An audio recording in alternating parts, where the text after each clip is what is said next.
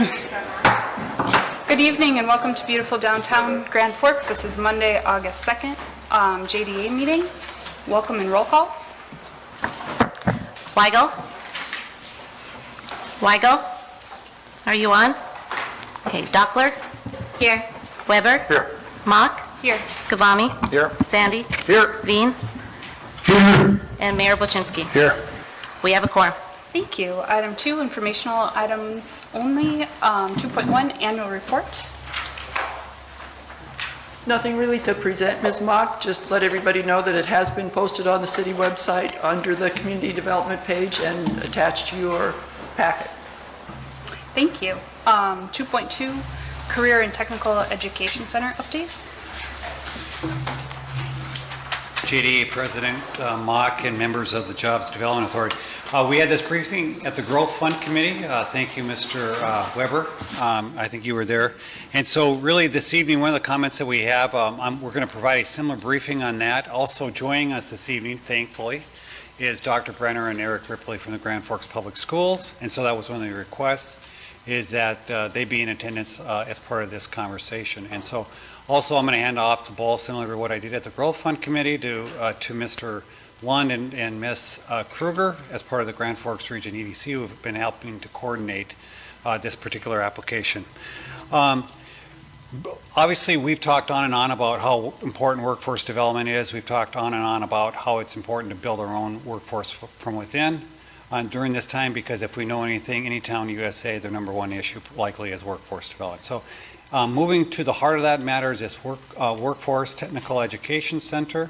There, as we discussed at the Growth Fund Committee, time is of the essence. It's urgent. The city or the state has set aside $70 million from their federal allocations regarding COVID to this end.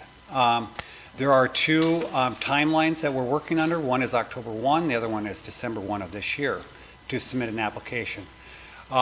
We worked on there's 5 committees that have been formed that are working on the particular details of this particular grant request. Mr. Lund and Ms. Kruger will talk about those. So really the time is of the essence. We can seek up to $10 million as part of a CTE center. The group is intending to submit up to the max of $10 million.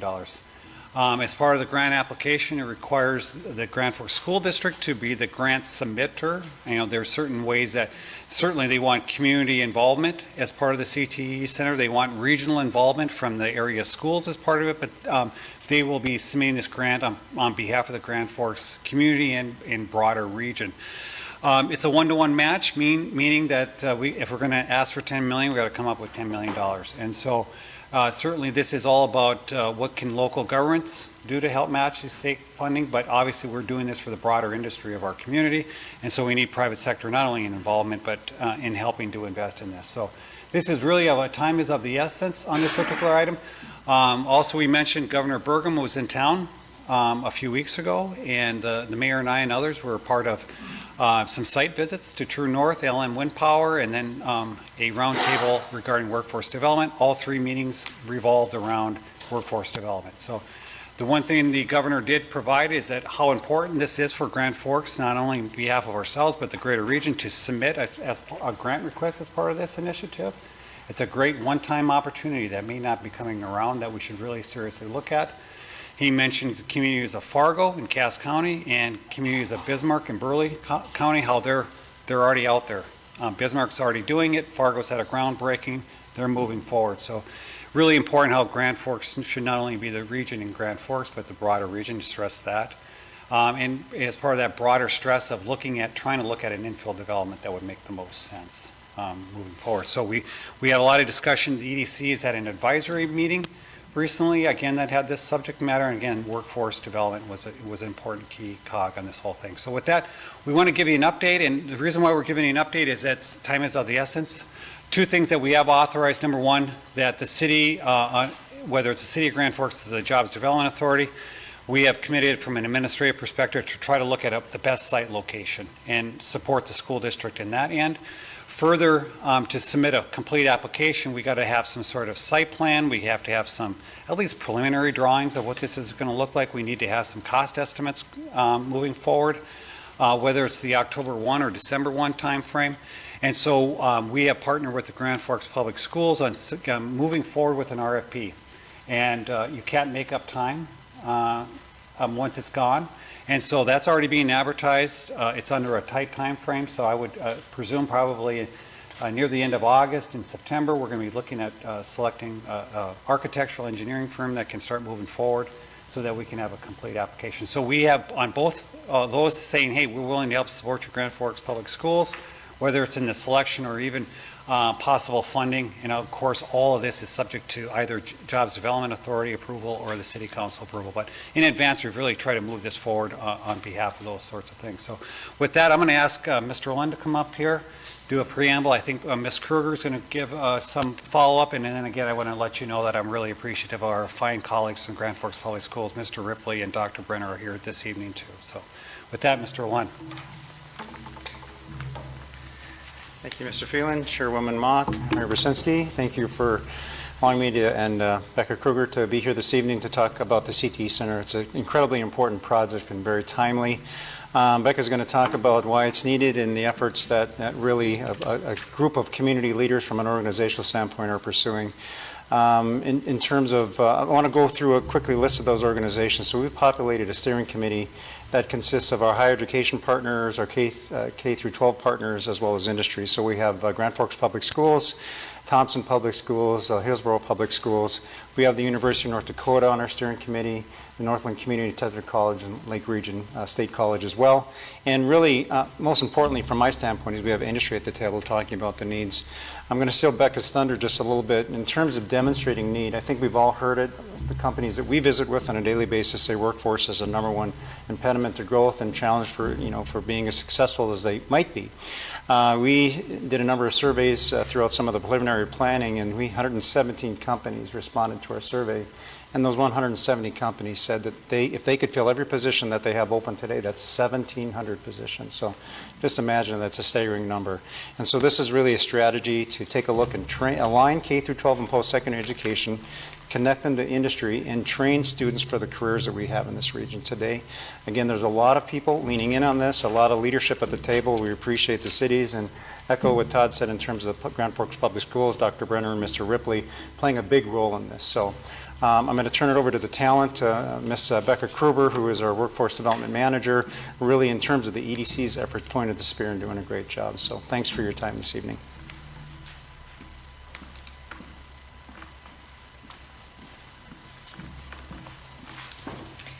Good evening, members of the JDA and Mayor Brzezinski. Thanks for having me here today to talk about my favorite subject, which happens to be workforce. I am the Workforce Development Manager for the Grand Forks Region Economic Development Corporation, and I've had the pleasure of doing some of this work to examine the feasibility of a CTE center here regionally, along with Eric Ripley, who's co-leading the steering committee with me from Grand Forks Public Schools. Keith talked a little bit about our steering committee and who is involved, mentioned some of the educational partners. I also want to say the City of Grand Forks, the Chamber of Commerce, and the county are all supporting the work of this project as well. And we have 5 CEOs and HR professionals from industry partners also supporting the work of this project. So why are we talking about a CTE center? Keith illustrated that workforce is something that's certainly a constraint for our regional employers, and it's not something that's going away. It's not something that's just here happening in Grand Forks either. We see this happening nationwide, and the communities that are really going to be the ones who are creating solutions now are the ones that are going to be set up for the future. So the CTE centers, just for a brief overview, they help adult learners and K-12 learners become career ready and college prepared. So while students are still in high school, they can learn about careers that are available here regionally and pay really high wages and have a high level of employability here in the region. So that's one of our goals. And it also helps adult learners. So this isn't just going to be a 9-to-5 facility. Our adult education will be helping with college courses that are facilitated directly on site, and also with training incumbent workers or English language learners. Might be some other adult learning populations that this center could serve.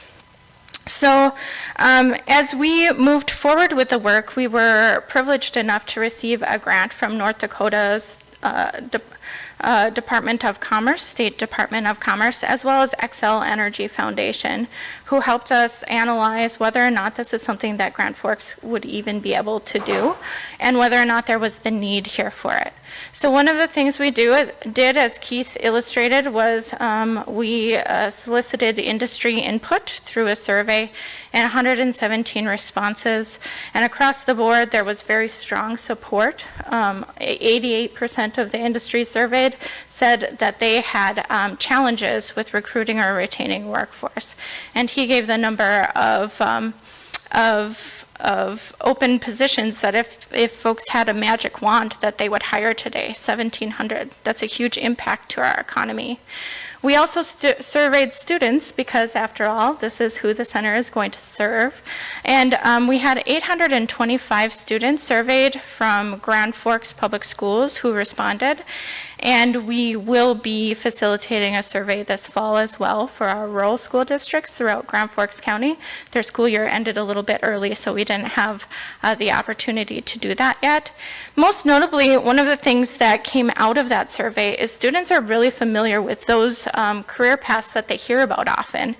On the student interest, there was high responses for health sciences, business management, human services, and public safety, which again, doctors, lawyers, police officers, those are the things that students really think about when they think about traditional careers. But of note is our regional workforce also includes some really awesome career paths that don't always get talked about on a daily basis. And so when students were interested or responded to the survey, those careers in manufacturing, information technology, or computer and machine learning, and most notably for you, government and public administration ranked quite low on the student interest survey. So we know that a CTE center also will give us the ability to really highlight those careers that do have that regional impact and opportunities for us to grow. Our manufacturing industry, for example, has grown 46% in the last 5 years. And our UAS, unmanned and autonomous systems, has grown by 600% in the last 5 years. So keeping up with and maintaining a workforce for those industries is really important, but it's also important to provide students the opportunity to get training and real certifications, sometimes even college credit, so that they're not burdened with a mountain of student debt by the time that they graduate high school. So it's serving both industries and employers. So we were able to do that feasibility analysis, look at labor market information, and our steering committee did opt to move forward with aggressively pursuing a CTE center here regionally. We are looking at 4 different sites as potentials for the CTE Center. The Holiday Inn and Suites is a very good site because the former Holiday Inn and Suites, it's now very decrepit and run down, but it's a very good site because it would provide access to those rural school districts, and it would also do some infill development, which would be a good thing for our community.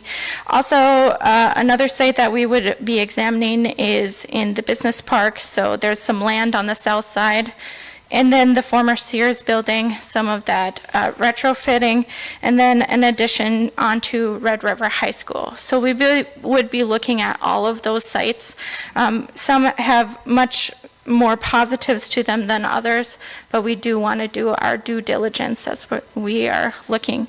We also are looking at programming, so what's going in the building, and making sure that we're going to be doing industry engagement sections with all of our different industries in Grand Forks.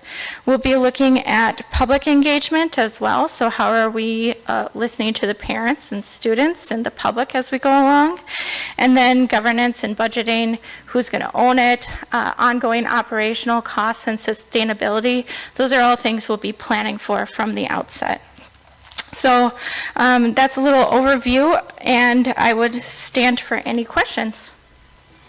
Thank you so much. Any questions? Mr. Weber? I just have a comment quickly. I think there's at least 4 really good reasons to support this. We've had years of low unemployment in our community, and the other side of that is the workforce development issues. This has been a major economic development issue since before I was on council, so that's at least a decade. The other side of that is this is a community that has comparatively low wages, and part of that is an insufficient supply of skilled tradespeople. So this is an opportunity to build our economy locally and to fill those jobs. Having those skilled tradespeople would help to create the housing necessary to attract that workforce. Currently, we have expensive housing because we don't have the tradespeople. So this is a dynamic that could be reversed with the CTE in some important ways to help fill those 1,700 potential jobs ready-made in our community. So with that, I would see value in the JDA making an explicit motion to support the further movement towards developing a CTE. And with that, I'll make such a motion. I guess I think that was informational only. I don't know, were you looking for a motion? The motion's not required, but I think that there's value in us making an explicit statement of support for this. Okay. I guess we have Maybe, a motion on the floor. Yes. President Mock, there was a motion to support, even though it was brought to support the concept. So I think that was the recommendation come out of the Growth Fund. Okay, so you would like to see a motion to support? I'll second that motion. We have a motion and a second. Okay. Any further discussion? Mr. Sandy? All of my questions are related to operations. Once it's, Becca, do you know, has there been enough discussion about how it's going to be operated after it's up and running? Well, for example, I would assume that the high school students that are participating would get to go for free, but you just mentioned it might be a way for us to train some other people. What's it going to cost? Any idea? Is that?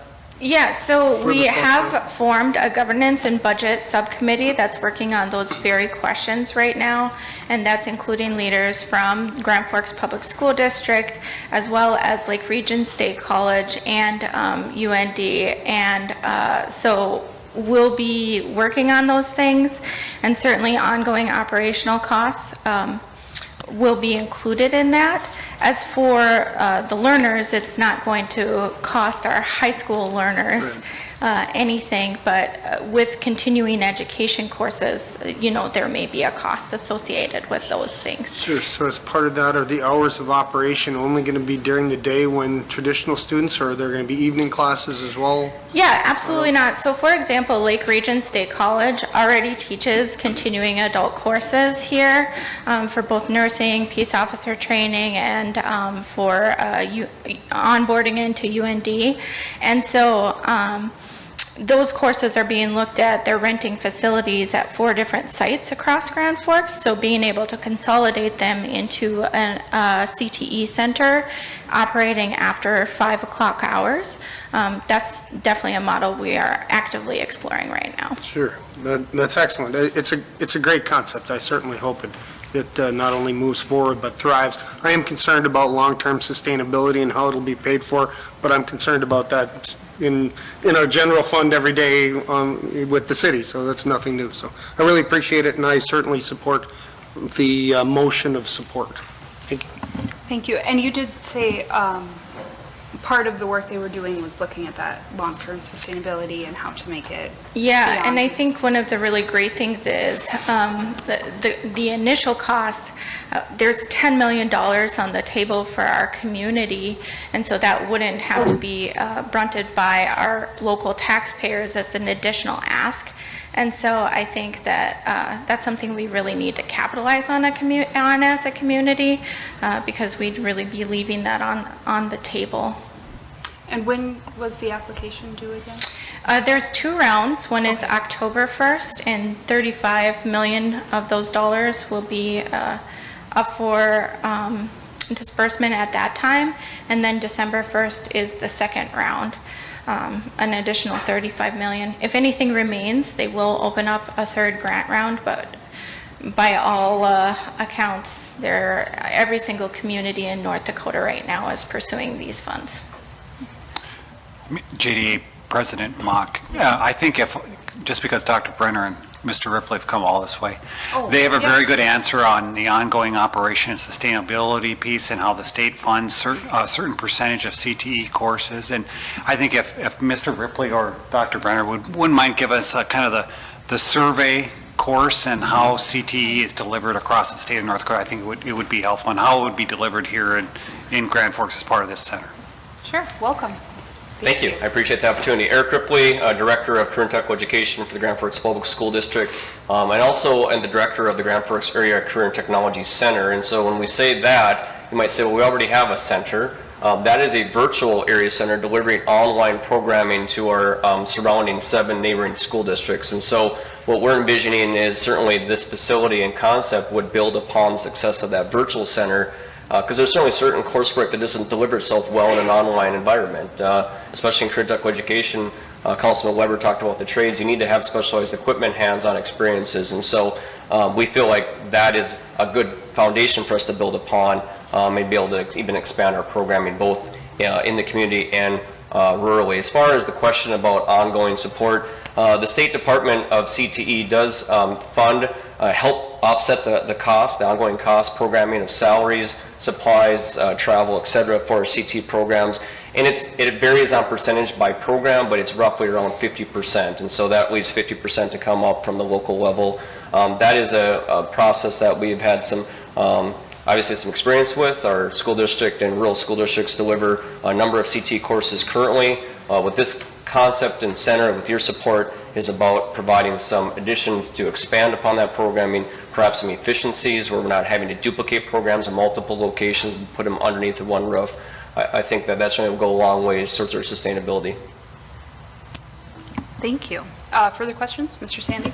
Well, I think Mr. Ripley has a long history of success starting programs like this, so with him leading this, I have lots of confidence. So thanks for being here today. I appreciate that. Thank you. Any further comments or questions? Seeing none, all those in favor signify by saying aye. Aye. Opposed, same sign. Motion carries unanimously. Item 3, JDA action items. 3.1, purchase and authorization to bid the abatement and removal, demolition, and restoration of 1210 North 43rd Street. JDA President Mock and members of the Jobs Development Authority. There was discussion on this particular item at the Growth Fund Committee, and we had good deliberation, good discussion, and it came real quick and real soon. So we probably have some further discussion this evening. And so as Ms. Kruger talked about, this is one potential location of, we'll say 4 or 5 locations. I think this is a good location for a redevelopment site. And so what we've came down to, Mayor and I have had many opportunities to talk with developers on how do we get that site remediated, how do we get it demolished, and how do we move forward so it's a new infill development opportunity. At every turn, developers have arrived and have asked for grants and tax incentives to make that happen. So that's happened with a few to at least a few developers, and so we pondered how that can happen and trying to be fair throughout. And so as we move forward, we were pondering, and the other conversation we have is with Visit Grand Forks, and they're adjacent to this facility. And so over the last few years, there's been significant concerns on Gateway Drive, 42nd and I-29, that we have this really slum and blighted facility next to our Visit Grand Forks, next to some main corridors. Nothing has happened with this facility over the last few years, despite developers coming and trying to take a crack at it, if you will. And so From that point, the mayor and I discussed, and let's see what the site is up for. It was offered for $600,000. It's being listed by Dakota Commercial, and as part of the greater good of this site, we did offer and received and accepted of $450,000 for this particular, subject to Jobs Development Authority or the City Council, whatever governing body we were going to go to. And so that's how we started. Number one, we'd remove a slum and blighted facility. We would return the site to a development-ready area in a corridor that's really important. Gateway Drive, 42nd and I-29 for a redevelopment opportunity. We heard a lot of discussion in the Growth Fund Committee that the private sector should just take care of that. The mayor and I completely agree with that, but it hasn't happened. We've had many discussions, and so really the intent was how can government or the Jobs Development Authority step in this case, get it back to ground service, get rid of some of the blight that's really expensive, and then get it redeveloped. Along the way, the CTE came sooner rather than later, and it came up as a potential opportunity for a CTE center, and as been noted, it has a lot of positives and pros for a CTE center. But I think importantly, when the mayor and I discussed this, regardless of whether it ultimately becomes a CTE center, and regardless if this site and the investment that we've made in it that can go towards that $10 million match, even if it doesn't, it still is a fine redevelopment site. We can sell it off to the private sector for further development. All along the way, we were trying to get it to a point where we could do that in less than what the value of that property is. Right now, Mr. Hodek of our assessing department has it valued at a little over $1 million, and that's basically just for the property for redevelopment. So if you look at the $450,000, we think we can remediate, demolish, and dispose of that area for less than what the assessed value is, and certainly, hopefully, what is less than the marketable value of it. So really, at the end of the day, we see it as an opportunity, remove some slum and blight, get it back on the tax rolls, or a possible CTE center that can go towards a general match. And at the end of the day, we're going to have a site that's cleaned up and ready to move forward for private development or CTE development. So that was the intent. The other change that I did make is part of this is I'm asking for a purchase. Mr. Goss said thank you for putting together a purchase agreement for the $450,000. We do need to, there's an awful lot of asbestos. There's asbestos in every room in this facility. So this isn't your ordinary commercial structure where you have to do asbestos abatement and removal. So it's awfully expensive as we move forward. So what I'm asking for is if you accept the purchase price of $450,000 with the associated agreement subject to Mr. Gossett's review and final approval. I'm also asking for authorization to move forward with abatement, removal, and disposal. I would go out on behalf of the city of Grand Forks and seek bids for those and come back with those bids to this body for final approval. So that's the second part of what I'm asking for. So with that, I'm open to any further conversations on this. Comments or questions? Mr. Sandy? Mr. Phelan, are we going to make that purchase agreement subject to some sort of limitation on the cost for the abatement? And if all the RFPs come back and it's $1.5 million to get the asbestos taken care of, are we going to move this forward?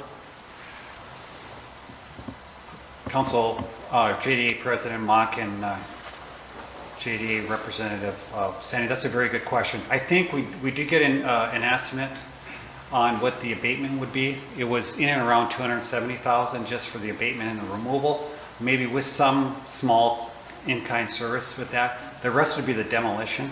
And so our thought is with that, the main part of that abatement parcel, I think we can get it under $500,000 with that initial estimate. I know the American Bank out of Bismarck is the owner. I know they're really eager if they're going to sell it for less than they're listed at that $450,000. They're eager to move it forward. Well, how long is it going to take us to get the bids back? We have to advertise for 3 weeks, so we would be back here, we'll say in 5 to 6 weeks from right now. So I'm not sure with, maybe I'll ask Mr. I'm just looking at it. Paul Hodek has the property estimated for $1.1 million. So if we go over, $650,000 and fixing it up, we're upside down. Yes, Mr. Costa. I can answer a couple of questions. And there is, in the conditions to closing, there is that we're We've done an environmental review, and we know that there's asbestos in there, but that's still in the one of the conditions to close.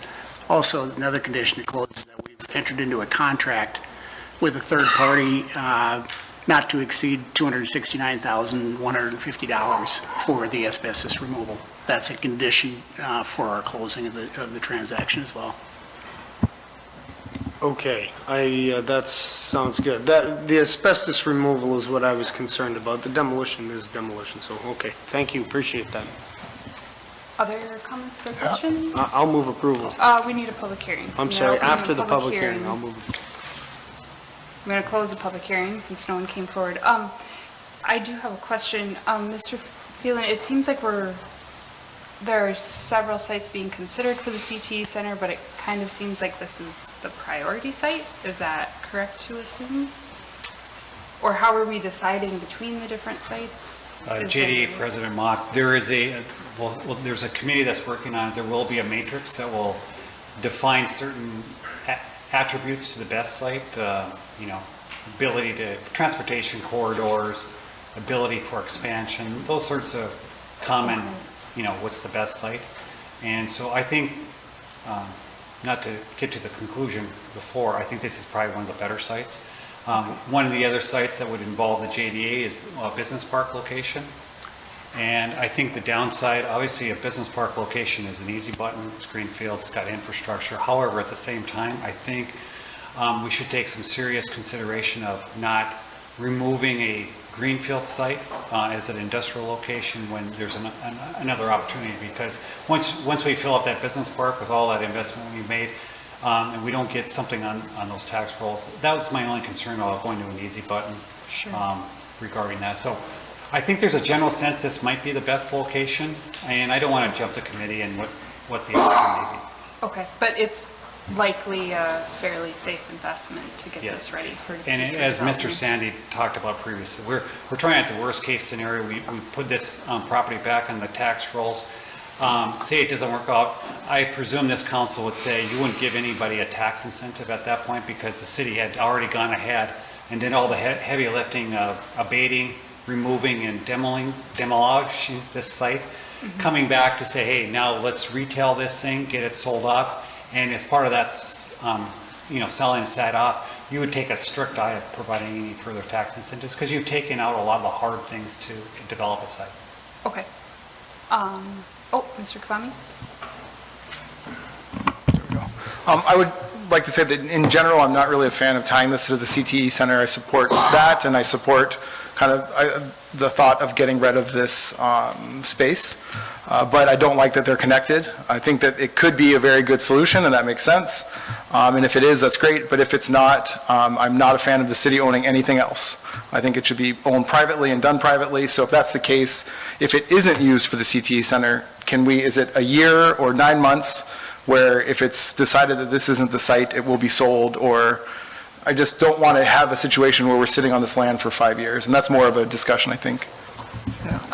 Mr. Buczynski. I think, having this body still being around, largely intact, I think we'll be able to make that decision. It'd be my interest, if that's the case, to immediately sell it. I have no interest in sitting on it once the deed is done. Mr. Sandy? Mr. Phelan, do you know at what point is the CTE Center going to decide their location? JDA President Mock and Mr. Sandy, we're going to have to make a decision. I've been pushing the October 1 deadline just because if you don't think October 1, you won't get to December 1. So at the very least, we're going to, at the very latest, we're going to submit on December 1. We'll likely hear by the first part of January at the latest whether we have been selected. And again, this is one of these things where we got to go in assuming we have to win. So I think we're going to put it together in an application. We have to have a site location, at least some sense that we know Grand Forks knows what it's doing, and then also with some drawn plans on that site to really give the state confidence that we're ready to go on a particular site.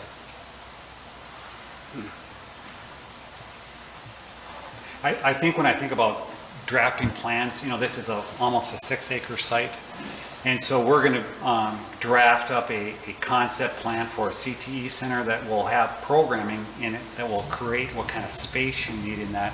And we'll have to look at this footprint versus other footprints that we have regarding whether it's a business park site.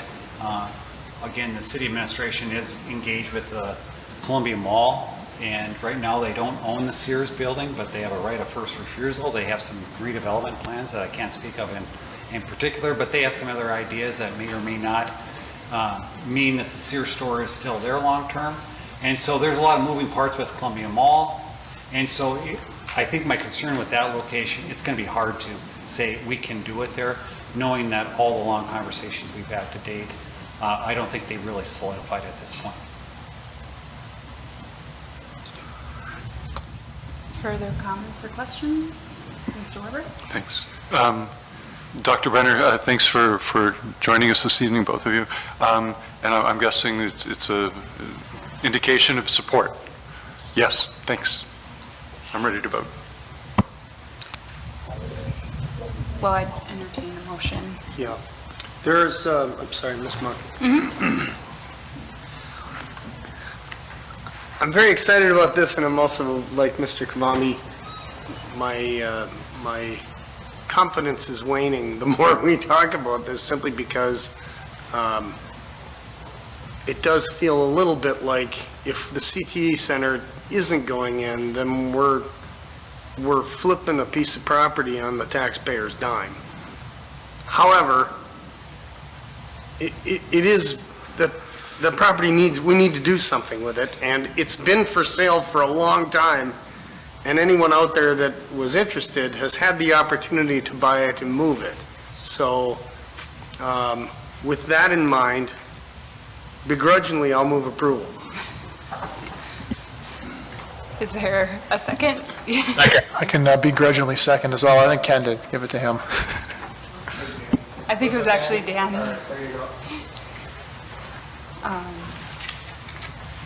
All right, any further comments or questions? Mr. Weigel, did you have a question, or did you just want to vote? Just want a second. Okay. Thank you. All in favor, signify by saying aye. Aye.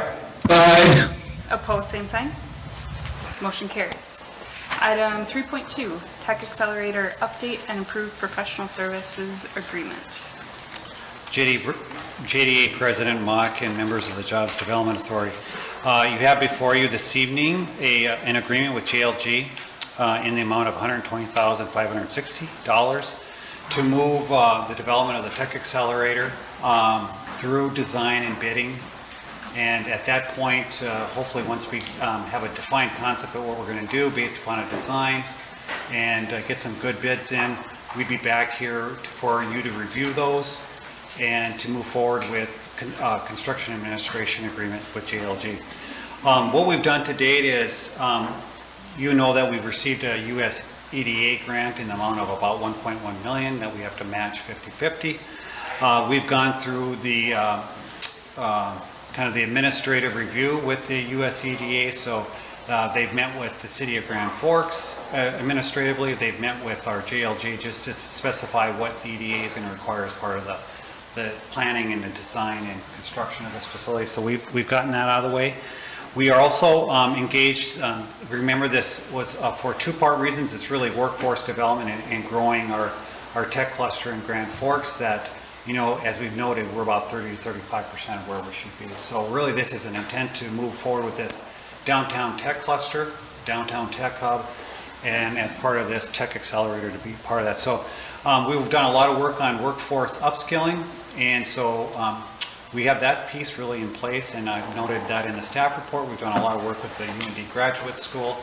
We've worked with a PhD traineeship with UND and partnering with them. So I think our workforce upskilling curriculum is really quite good and ready to go if we look at the fall semester. And we've worked with not only the City of Grand Forks and the EDC, but also with private industry regarding what our industrial needs are across the community.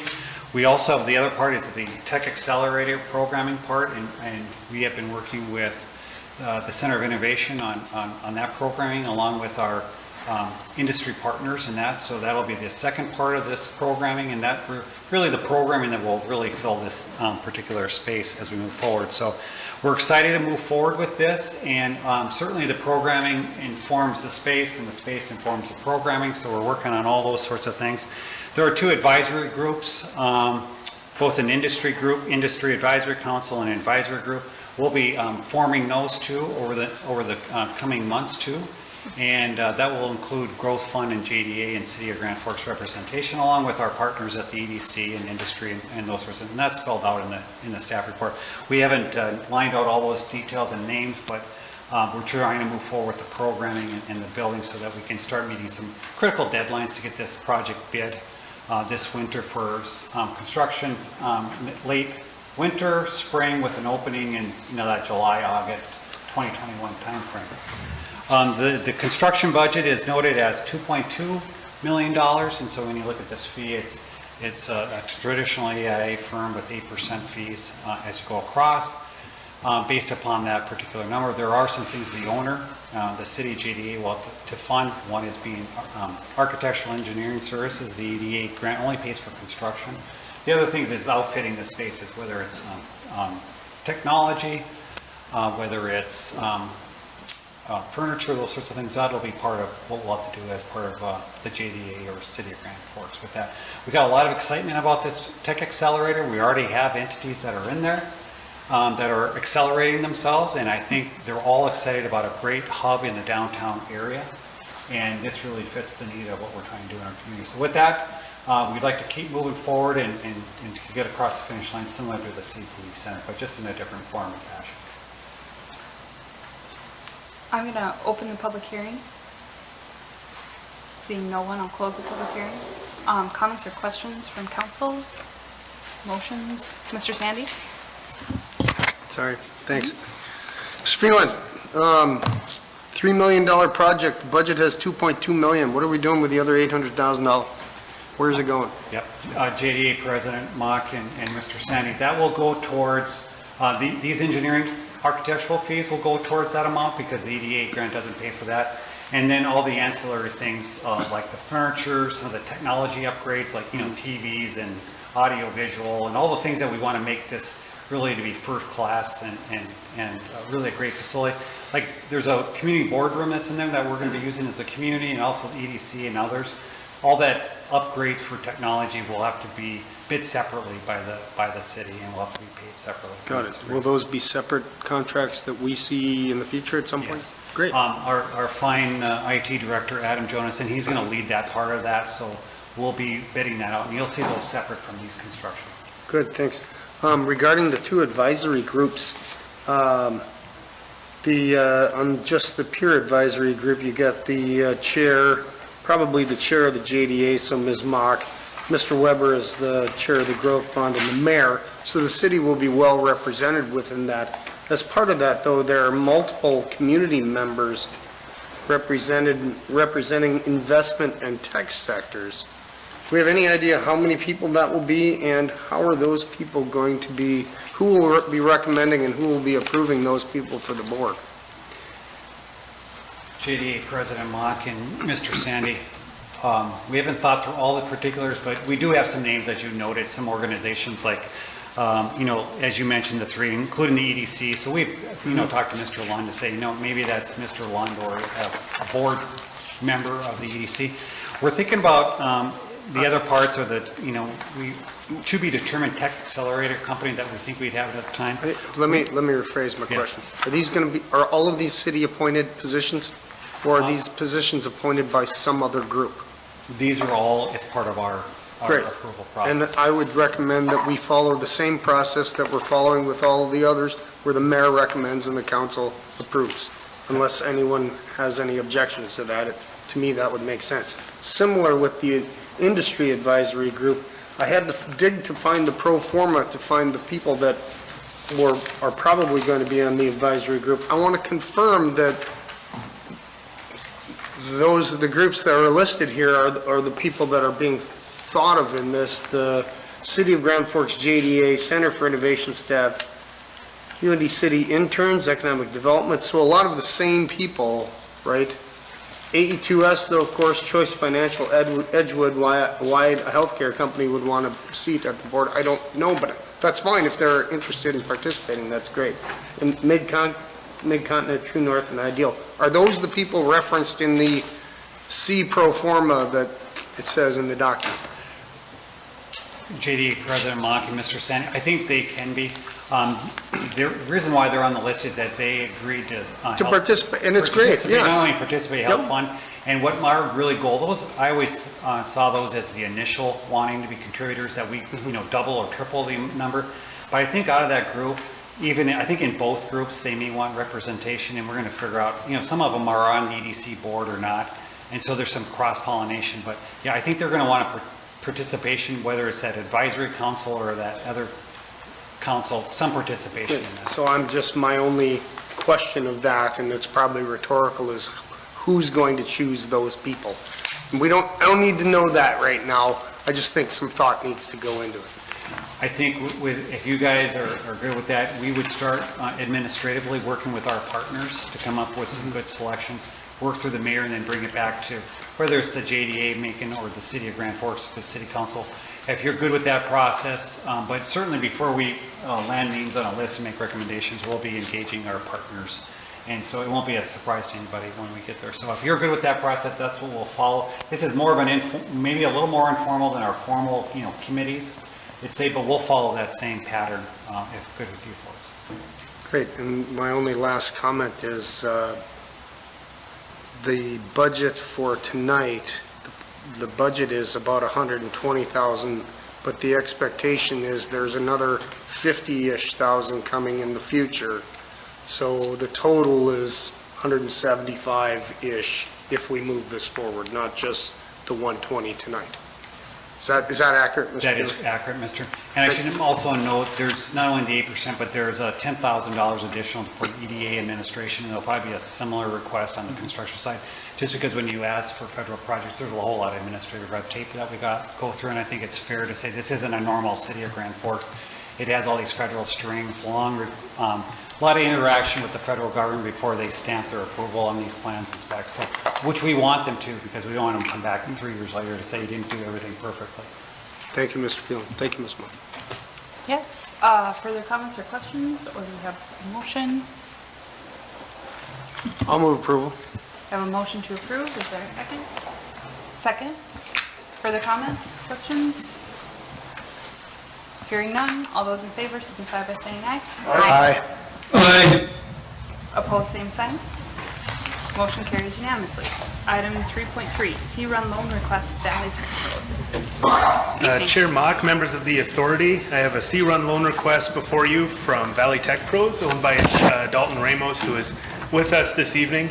It was founded in 2019 with actually some startup Grand Forks funding. So this will be the second loan request to come before the JDA. They've typically offered computer, mobile phone, and electronics repair, although they are expanding their services, and these funds will help do that. They have repair services for both hardware and software issues.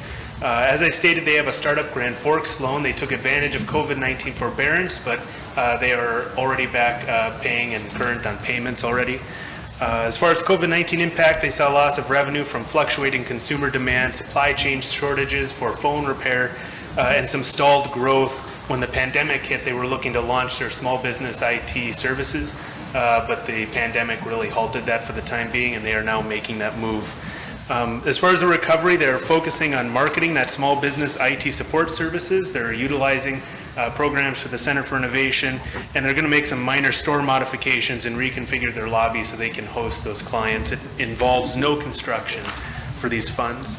With that, the recommended loan terms is for a working capital loan of up to $22,000 at 1% interest with a 12-month deferral, amortized over 60 months, and a blanket UCC lien, and a personal guarantee required by the owner and a family member. It was approved by the Growth Fund last Monday, July 26th, and I'll stand for any questions. Thank you. I think we need a public hearing for this. Is that? Okay, let's open the public hearing. Seeing no one, let's close the public hearing. Comments or questions? Mayor Buchanan? Move approval.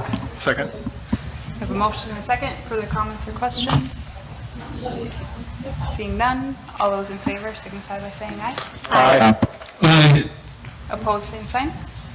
Motion carries unanimously. Motion to adjourn from someone? I have a motion and a second from Sandy. All in favor? Aye. Aye. We're adjourned.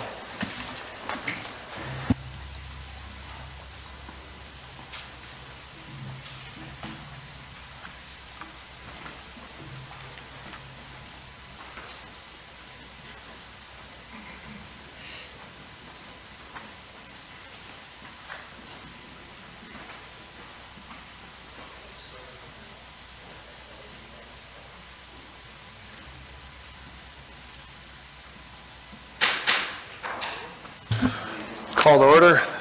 Welcome everybody to the Grand Forks City Council meeting Monday, August 2nd, 2021. Maureen, roll call, please. Weigel. Here. Doppler. Here.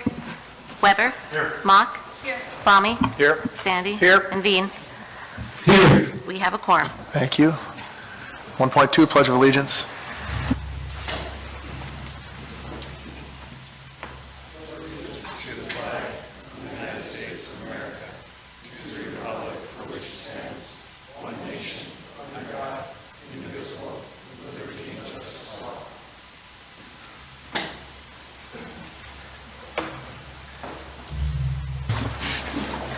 .3 Mayor's announcements. I've got a couple of announcements. Just wanted to keep in our thoughts and our prayers. Former retired Police Sergeant Keith Schroeder passed away over the weekend. So if you could keep his family in your thoughts and prayers, be really appreciated. He was a well-liked officer, so keep him in your thoughts. We are obviously monitoring the COVID variant that's working its way throughout the country. We've got our institutional partners meeting. We've upped that. We'd gone to once a month. Now we're doing weekly meetings as a way to prepare as the school year starts, both at UND and at the schools. Coming up next council meeting, we're going to have our council meeting, and then after that, we're going to have a combined city council school board meeting. I'm pretty excited for that. We've been wanting to do that for a long time. So that'll follow immediately after the city council meeting. We've got a number of agenda items that we're working on now. And on a fun note, tomorrow night, we've got our emergency responders are having a get-together called the Grand Cities Community Celebration. They're going to have some of their equipment out, some demonstrations, and just a great chance to get to chat with some people. That'll be at 5:30 over at Lincoln Park, so if you get a chance to get out tomorrow night and enjoy the weather, that would be great. I think that's all I've got. Let's move on to 2, awards, presentations, appointments, and proclamations. 2.1, a library annual report. Great, and with this, actually, I'm going to hand it over to Ms. Dockler. If you want to introduce as a member of our library board, introduce our guests that'll be presenting. Sure. We have Mr. Brad Sherwood, who is our board president for the library, and then also our executive director, Wendy Wendt. Thank you guys for coming. I look forward to hearing what's going on. Thank you. I know Wendy has a PowerPoint, so while that's getting set up, I am Brad Sherwood. I'm the president of the library board. I want to thank this group for approving my appointment to that position. In a previous life, I spent 40 years with the Grand Forks Public Schools, where I was the music coordinator for the district and the program director for the Summer Performing Arts Company for about 40 years. And so when that was all done, I thought, what would be a cool thing to do? And the library's always had an incredible, whether it was walking with my mother into the downtown Carnegie Library to learn about the Enchanted Wood, or whether it was when the new building was built, new 1971. In 1973, I'm a 7th grader at Schrader. My new best friend lived right behind Kmart, and his mother was a nurse that worked evenings. And so anytime we would go to his house, we couldn't. We had to have a meeting place. And so I lived over by Schrader, he lived behind Kmart. The library was where we would meet. And the library opened up just so many things for us at that young age. They had it was just magical, whether it was the stereos, whether it was the furniture, whether it was the books and magazines, the newspapers from all over the world, and just opened up our young minds. And then we would ride our bikes across the street and go to the Red Ray Lanes and play foosball and smoke cigarettes. And so we had a little bit of everything.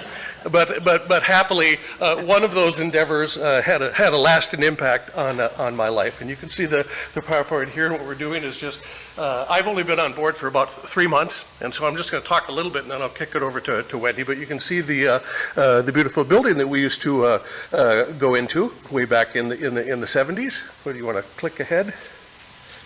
Okay. You can read, the Grand Forks Public was recognized as 2020 North Dakota Star Library. Award from the North Dakota State Library is given based on a series of criteria, including circulation by population, program attendance, Wi-Fi usage, and more.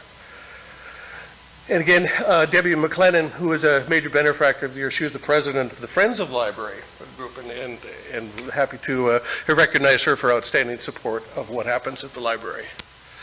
And again, here's just some pictures. If you haven't been in this library since the remodel, you really, really need to go check it out.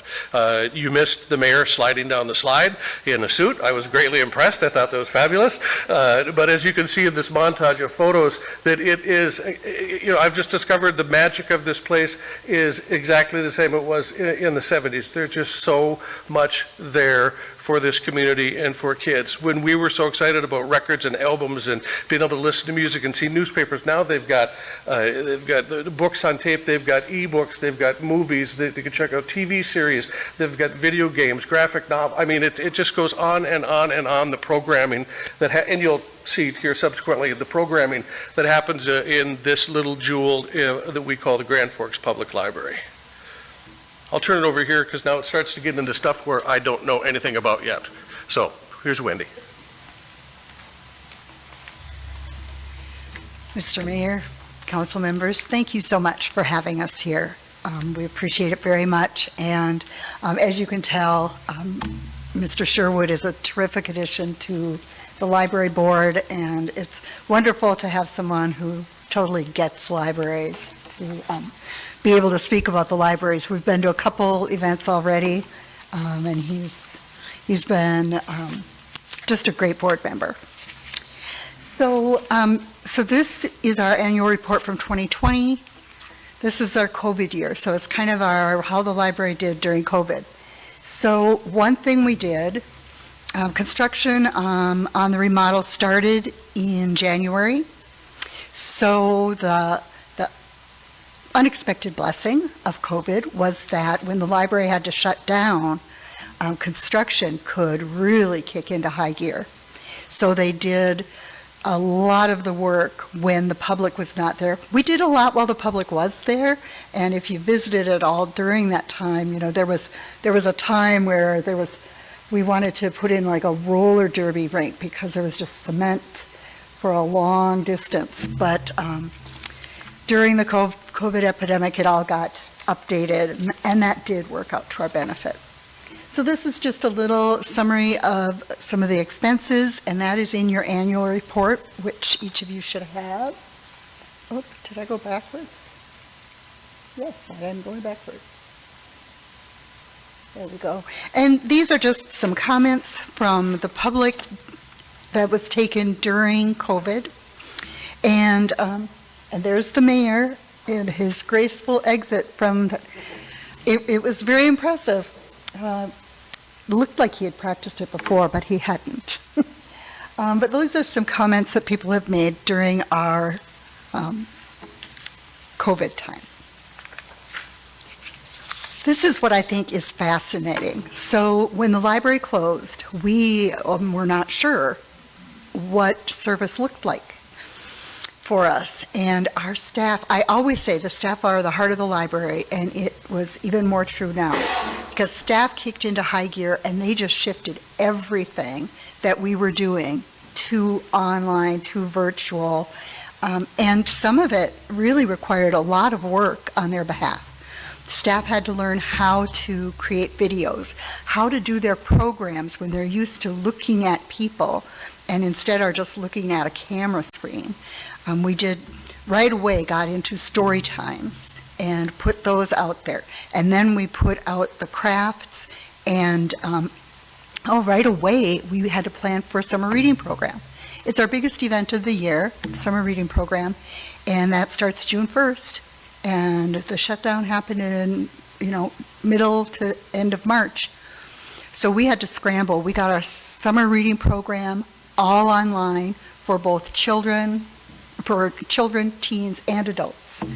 So I was so impressed with staff getting that up. We gave away prizes like we normally do. We were able to give the prizes through curbside service. They would just call us and say their name, and then we would run them out.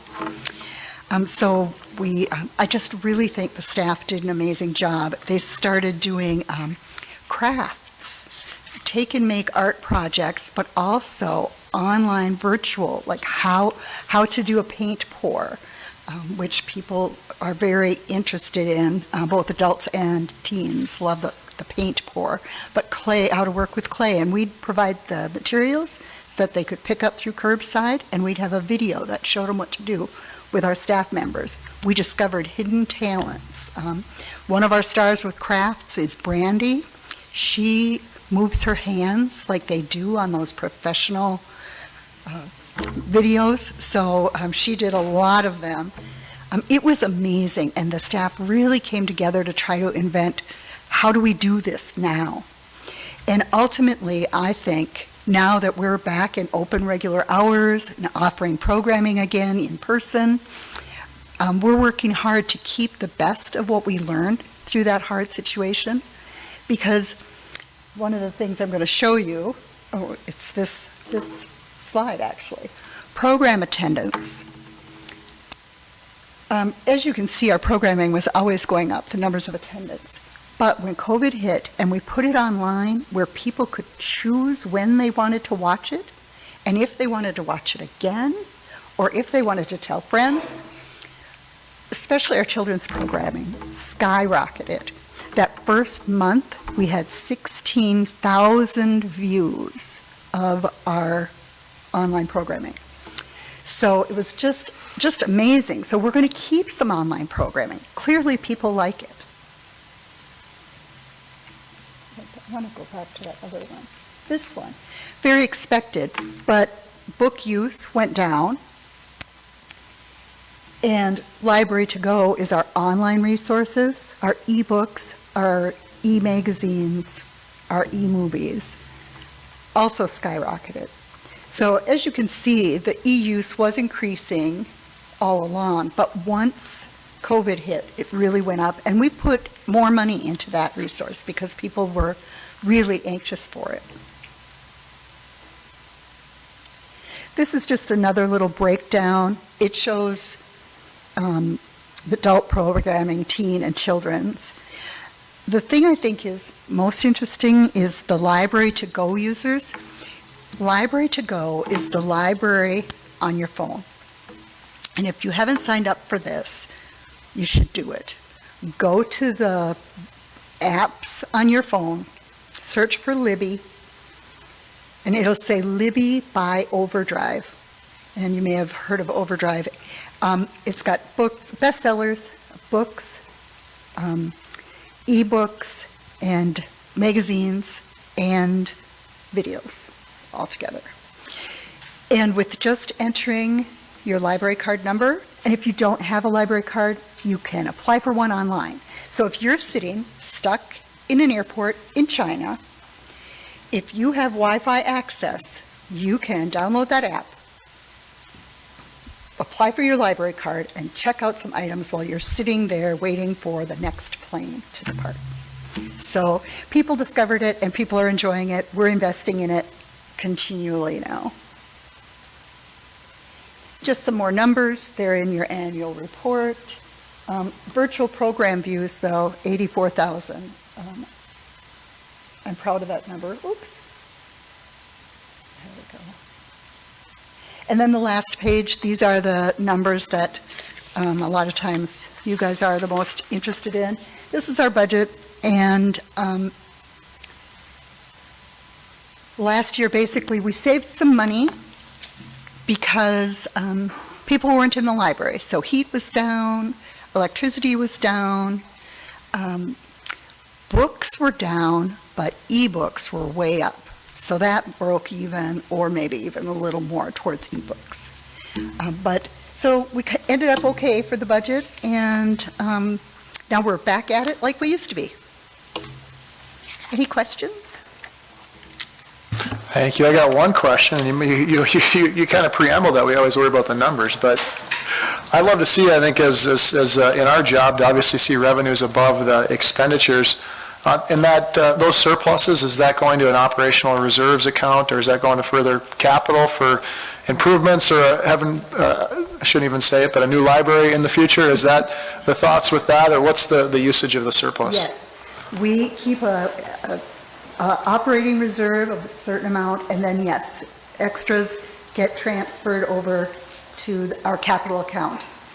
So, yep, in the hopes of, and we still have the Joe Neal money sitting in that same account. So if something comes up that's fun to do, we've got some money to do that with. All right, any other questions from council? Well, the presentation was so good, they're speechless. So thank you, Ms. Winter and Mr. Sherwood. Have a good night. And 2.2 is a summer internship update.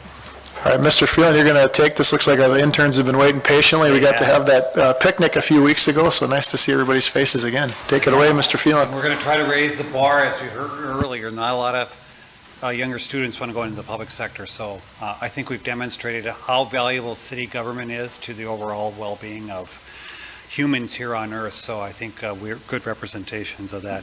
I want to introduce a few people first.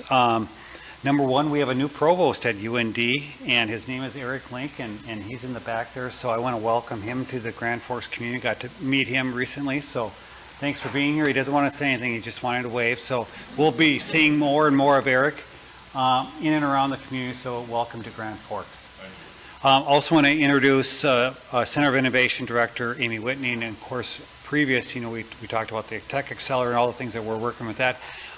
With the internship program itself and the funding that comes from UND, I think that resides in Ms. Whitney's budget, so thanks for her to be here this evening too.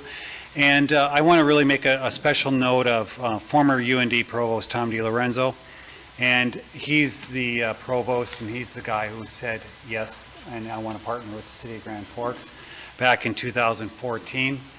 And we're off and running, and so it's one of the few times, it was the only time I've ever met with UND where they said yes on the spot, so it was a remarkable event. Going to a meeting at the University of North Dakota, he really set a great bar, that we had a good story, a good program, and he said yes, and we've been off and running ever since. And this UND internship program has sprouted wings in other areas, so if you go talk to a Grand Forks intern program that the EDC talks about, really the inspiration of that program was this program, and they brought it out into the industry. So we should be very proud in city government how we've spawned a lot of great things in our community to include this. Haley Rosathan, I want to give her a huge hand. So she's been managing this program over the last few years as our HR manager. And so thank you to Haley and all that she does working with UND. I want to give you this is our 6th year this year of the program. We've hired 88 total interns over that time period, so 10 plus interns over the year. We had a tough year during the pandemic, but this year we're up to 11 interns this summer, so we've got a good crop. And we've had 14 hired as full-time employees, and so that's really been the remarkable thing. What we said we wanted to happen actually happened. We've hired 14 people through this program. Mr. Josh Odegaard, who works with Mr. Vattenstall in the finance department, is one of the graduates, so we're so thankful that Josh is here. You heard from Andy earlier, and Andy is a graduate of our internship program. So there's just two gentlemen that have made a real dent in a positive way to the city of Grand Forks. I want to highlight them. So this is the time of the year where the students come up, give you a nice elevator story about they came to Grand Forks, they were at UND, and they've done some great things this summer, working in various departments. So with that, they're going to tell you a story about themselves and what they've done over this summer. So hopefully they hit it out of the ballpark, and I'm sure they will. So with that, you guys got to start coming up here and talking.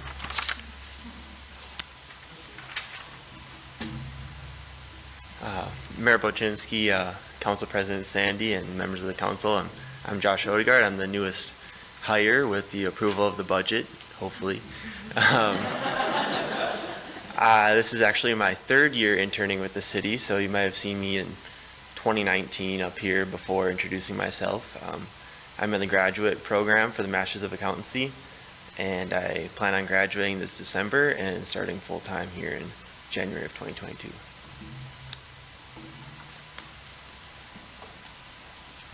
Thank you.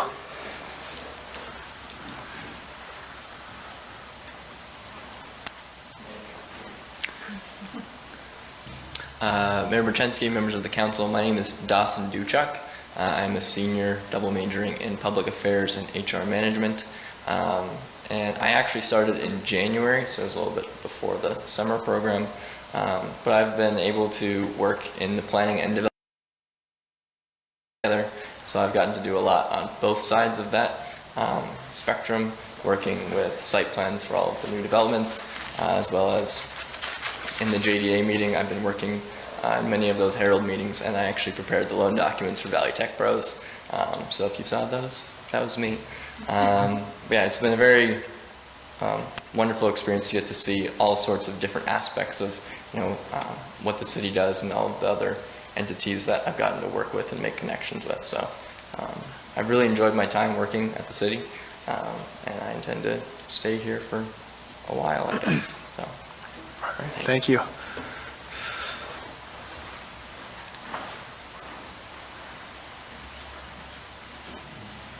Mayor Bochensky and members of the council, my name is Grayson Cole. I'm from Park River, North Dakota, and I'm currently going into my junior year at UND for environmental studies. This summer I've been down at Public Works as the recycling intern, helping to prepare the RFP for the city recycling program. This has largely consisted of conducting a citywide survey where we collected community input on public opinions on current recycling and garbage services, as well as what people would like to see differently. Overall, the survey took place over about a 3-week time period, and we collected around 1,600 responses that largely agreed with the scientific survey that UND conducted along with us. And then on top of that, I also conducted a residential recycling count where we kind of got an average number of how many households in the city of Grand Forks recycled. And all this information was used to prepare our RFP and choose our bid so that we can ensure the city of Grand Forks that we are keeping up with a good recycling program in the city. And on top of this, I've also gotten to work with a couple different departments within the city. I got to work with Greta Selesky on the Mayor's Back to Badge event, which was really awesome to see. And then I've been down at PD with Levon Dvorak, helping transition parking ticket programs. And so overall, I've gotten to see a lot of different things within the city, and it's been a great experience. Thank you.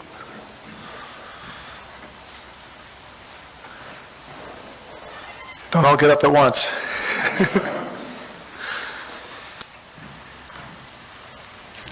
Mayor Bochensky, members of the council, my name is Ben Strebel. I'm from Bismarck, North Dakota, and I'm studying management and public health at UND. I hope to pursue a career in healthcare administration, so if you know any hospitals that are hiring, throw my name out. I'm with the Environmental Health Unit in Grand Forks, and I've been handling a lot of the nuisance complaints, long grass, weeds, and stuff like that. I also get to help out on pool inspections, septic inspections, and a handful of restaurant inspections, and it's been really cool to get around town and see all that stuff. Yeah, the favorite thing that I've done so far is probably help set up one of the mobile COVID vaccination units. It was really cool to see the outreach and implications that the public health has on the public, for lack of a better term. Thank you. Yep, thank you.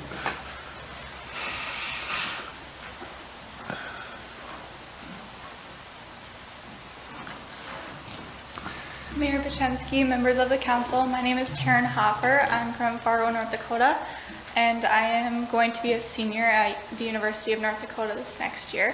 I have been working with the Human Resource Department. I have done several different things. I've gotten the opportunity to take part in the promotional experiences or the promotional processes, recruiting processes as well. And assisting with starting up the SkillBridge military program as well. This has been a very impactful experience, and it's been interesting to see the public sector. Thank you. Thank you.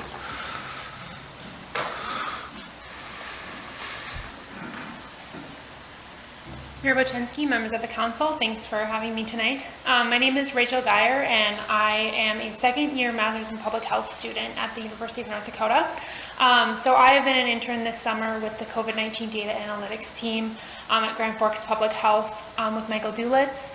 And so I've been working mostly on compiling data on like COVID incidents, mortality, long-term care data from around the state and in Grand Forks County. I also put together the daily COVID dashboard and weekly COVID update that you guys see as well. So I'm really excited to continue doing this for the rest of the summer, especially as school starts to get back and decisions start to be made there. So thank you. Thank you. We finally put a face to the name that we get an email from 5 days a week, so thank you.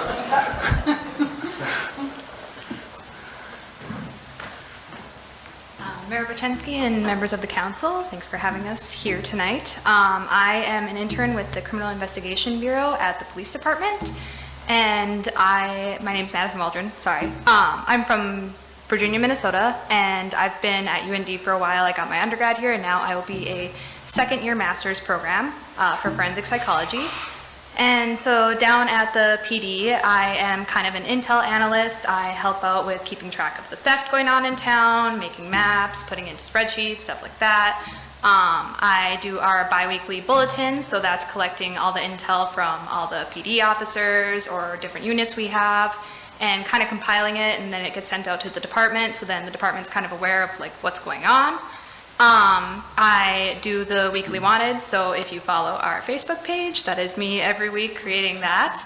And I kind of help out with anything that the detectives need help with. So yeah, it has been great. Thank you.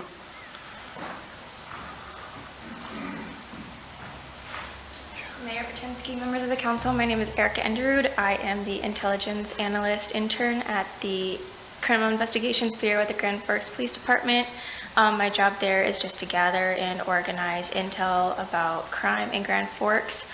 I do that by reading police reports and any other resources that come my way, and I gather information about, aliases, associates, commonalities, distinguishing features about offenders, and I put it all into one database for easy access for officers and detectives, anybody else in the department to look at, as well as anything else the detectives need help with. Thank you. Thank you.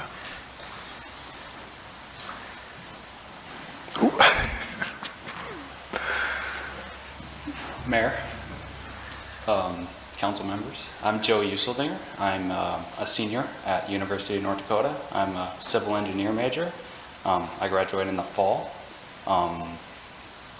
So far I've been doing ADA ramps, so if you ever see me out there with a big stick and a GPS unit, that's me.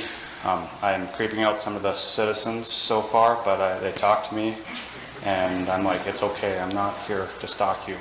But yeah, I'm collecting data for the city, trying to see what parts of the cities are underutilizing the ADA ramps versus some of the parts of the city that are. Also, I'm inspecting some of the construction sites. Oscarville is one of the sites. I'm just making sure the contractors aren't screwing up, making sure they go to plan, and giving the information to Ed, the best boss in North Dakota, and going from there. So, thank you very much. Thank you.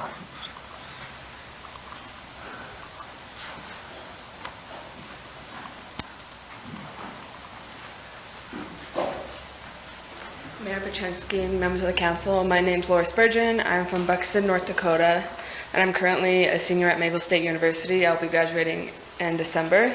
I am a CSO intern or community service officer with the Grand Forks Police Department. So the goal for me starting out was to majority patrol the Greenway with community policing, with an emphasis on community influence and just talking to people about like the laws and ordinances with leash law with dogs. And I've had to kind of step up and help with parking and animal control as the summer has gone on. And I've really liked my experience, and it's really helped me cement my career goal and path that I want to go down. So after graduating in December, I'm planning on going to the Grand Forks Police Academy in summer, and then hopefully being hired on as a police officer at here in Grand Forks. Thank you.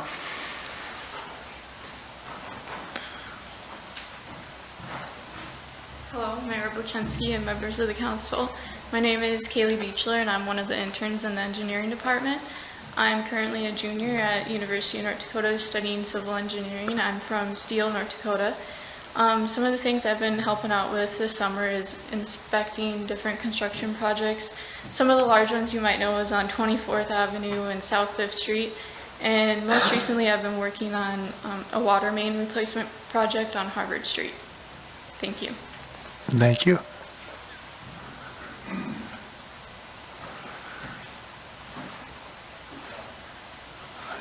Is that it, Todd? Well, that is just so, yeah, let's give them all a round of applause.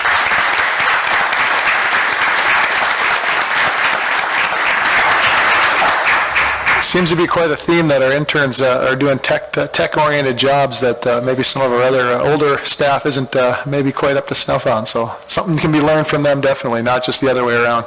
So thank you, everybody, and for sitting here for so long, too. We appreciate that. All right, on to 3, public hearings and second readings of ordinances. 3.1 is public hearing and second reading of ordinance amending City Code Sections 11-0216 and 0217 relating to prohibited animals and exceptions. All right, thank you. Open up the public hearing on item 3.1. Okay, public hearing period is closed. We have a comment or motion? Move approval. Got a motion to approve from Mr. Kavami. Second from Ms. Mock. Any further comment? Seeing none, all those in favor signify by saying aye. Aye. Aye. Aye. Opposed, same sign. Aye. 3.1 carries 6-1 with Sandy dissenting. 4 action items. We'll obviously pull 4.1 and 4.16 as well. Any other items that council members would like to have pulled for discussion? Can I have 4.18? Absolutely. I have to leave at 7 o'clock for a work commitment, so it's likely we're not going to get there, but I would pull 4.5. 4.5. However, I probably won't be here for that. Let's just pull it, and if we get, yeah, perfect. All right, I'll try to speak fast then. All right. Introduction. So on the consent agenda, we'd move forward with 4.2, 4.3, 4.4, 4.6, 4.7, 4.8, 4.9, 4.10, 4.11, 4.12, 4.13, 4.14, 4.15, 4.17, and we got an induction. So that would be it for the consent agenda. Can I get a motion to approve? Got a motion from Mr. Sandy, second from Ms. Dockler. All those in favor signify by saying aye. Aye. Same sign. Those motions carry. Mr. Mayor, I'd move to suspend the agenda to move 4.5 to the top of the agenda for Ms. Dockler. We got a motion to suspend the agenda. We have a second? Second from Ms. Mock. Perfect. Mr. Mayor, if I may, request to be recused on 4.5. All right, so why don't we... One at a time? You want to do one at a time? Let's get a vote quick on moving that up the agenda. Can I get a vote on Mr. Sandy's motion? All those in favor signify by saying aye. Aye. Opposed, same sign. All right, we'll move 4.5 ahead, and can we get a motion to accuse Mr. Weber? All right, Mr. Kavami motions that, second. and a second from Ms. Dockler. All those in favor signify by saying aye. Aye. Opposed, same sign. Mr. Weber, you're out. 4.5, Ms. Storstad. Request for approval of commingling and letter of intent for DDA Downtown Street Fair, Rhombus Brewery and Half Brothers. Thank you. Did we want a discussion with Ms. Dockler, or did you want any more info from Ms. Simeoni? I'll move approval. If you're just ready to vote, I'll move approval. I'm ready to vote. All right, we got a motion to approve. Second from Mr. Kavami. All those in favor signify by saying aye. Aye. Opposed, same sign. Aye. We got a 6-1 for approval with Ms. Dockler dissenting. Back to a normal course of business, 4.1. And that's the preliminary approval and introduction of ordinance relating to the mayor's 2022 budget. All right, we got, Ms. Storstad does have some slides, and she's available for any questions. So why don't we start? I know Mr. Sandy has had a number of questions, and if you wanted to kick it off, President Sandy, we can start with you, sir. And could I just make one comment Yes, before we please. start? So what you have before you tonight, and the mayor's budget was preliminary, or previewed with you June 7th, and the salary plan was presented on that date with the mayor's budget presented in its entirety on July 19th. I will just point out, based on feedback from Mr. Sandy, I did include one additional piece of material in front of you that just looks at the health grant fund. That's Fund 2146, just in a little more summary fashion that's easier to read than the detailed budget binder that you were given. And what that does is just separate out all the subdepartments within that fund, and along the left, the revenues that relate to each of those subdepartments. So just wanted to point that out, and as the mayor stated, I'm here available for questions and discussion, and what you're looking at tonight, once discussion is complete, would be to move forward a preliminary approval to move forward to a public hearing on September 7th. That's a Tuesday at 5:30. Once you give preliminary approval of the budget, you can decrease the budget, but you cannot increase. And we would communicate our public hearing date and budget with Grand Forks County following tonight. And the Grand Forks County, what they do then is they send out an estimated tax bill on behalf of all local taxing entities with the locations, dates, and times of those meetings. With that, I will turn it over. Perfect, thank you, Ms. Sorsted. President Sandy. Thank you, Mayor. Some general comments and questions about the budget tonight. I appreciate all the work that city staff and you yourself have done on this. And I appreciate the rapid responses. I asked a few questions of Ms. Storstad today, mostly general innocuous questions that then I answered by flipping 2 pages, and I answered on my own, but she was very quick to respond to me, so I appreciate that. I'd like to talk a little bit about 2163 and 5996. If you're interested in your budget binder, page 202. First of all, this is great information, and I find that it's amazing how rapidly our economic development funds change. These have changed for the good significantly since last year. And a lot of that is related to the economic outlook.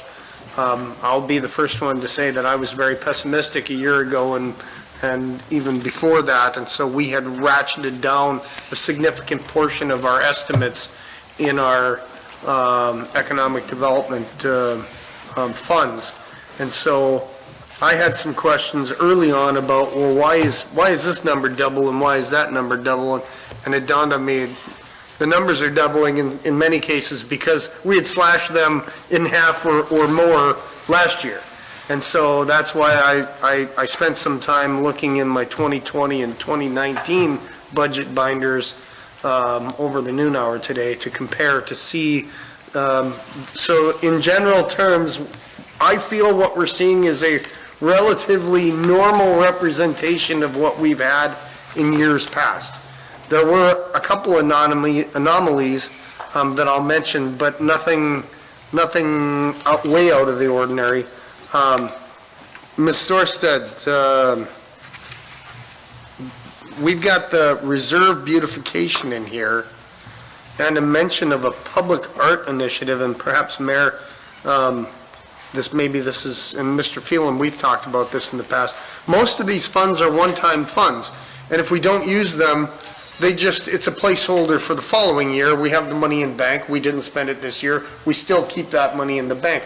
We don't typically add the next year's funds on top of it. So when we look at a reserve for beautification and public art initiative, and we see that number growing, beautification, you can see beautification line item up under contributions at 130,000.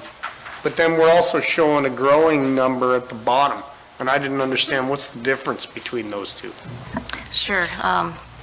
President Sandy, Mayor Paczynski, members of council. So what we did on this projection was just try to show you that annual allocation, and if it were to go unspent, it would build the balance going along the bottom into that reserve.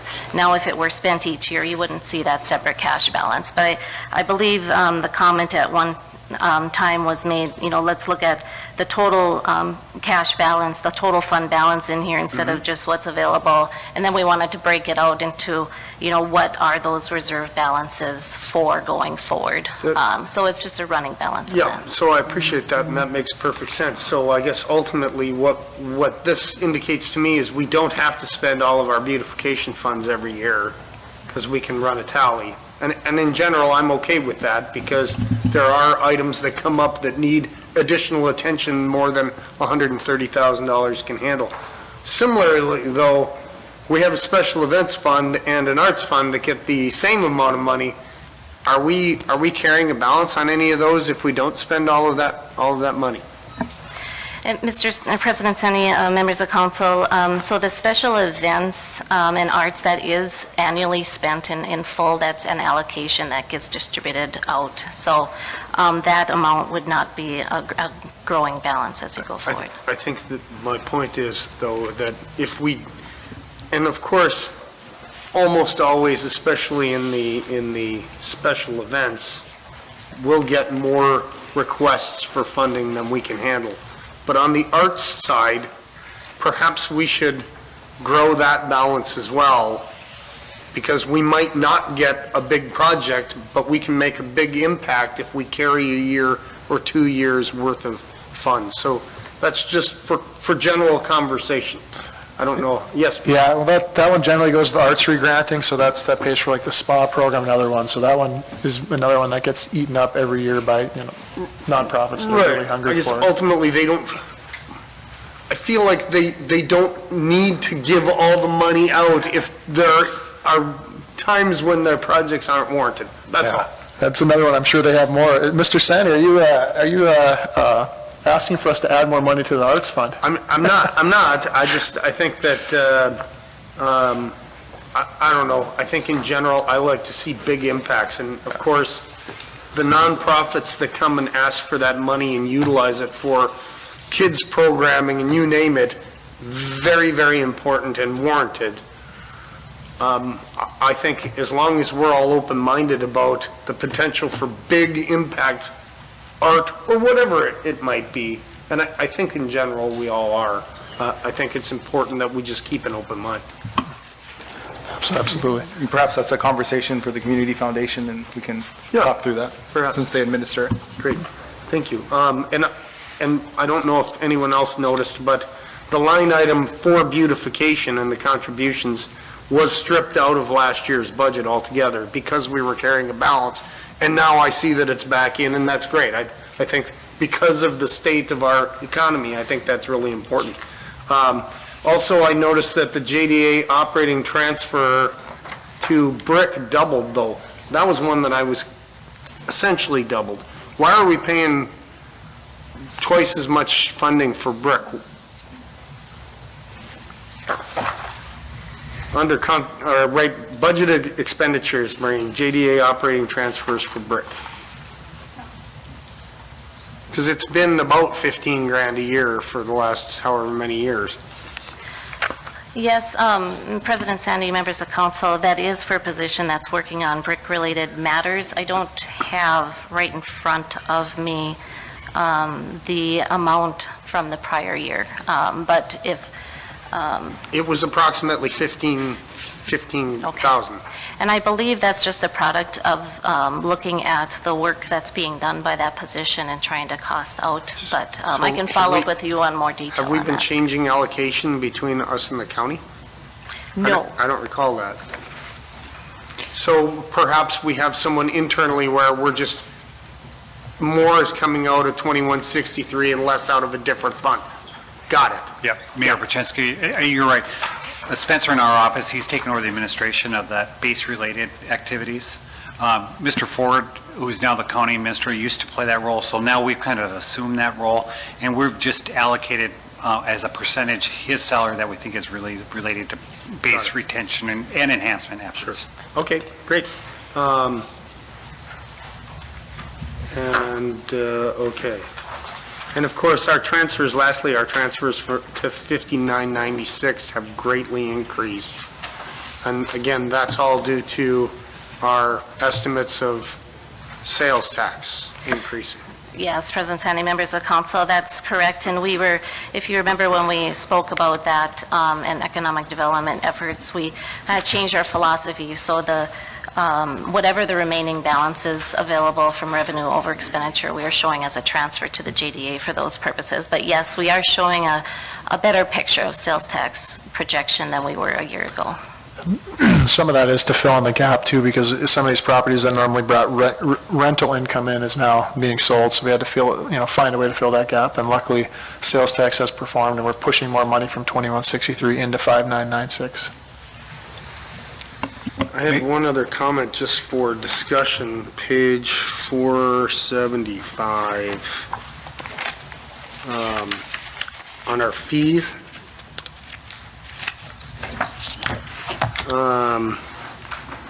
Building permits, I would suggest we take a look at our building permit fees.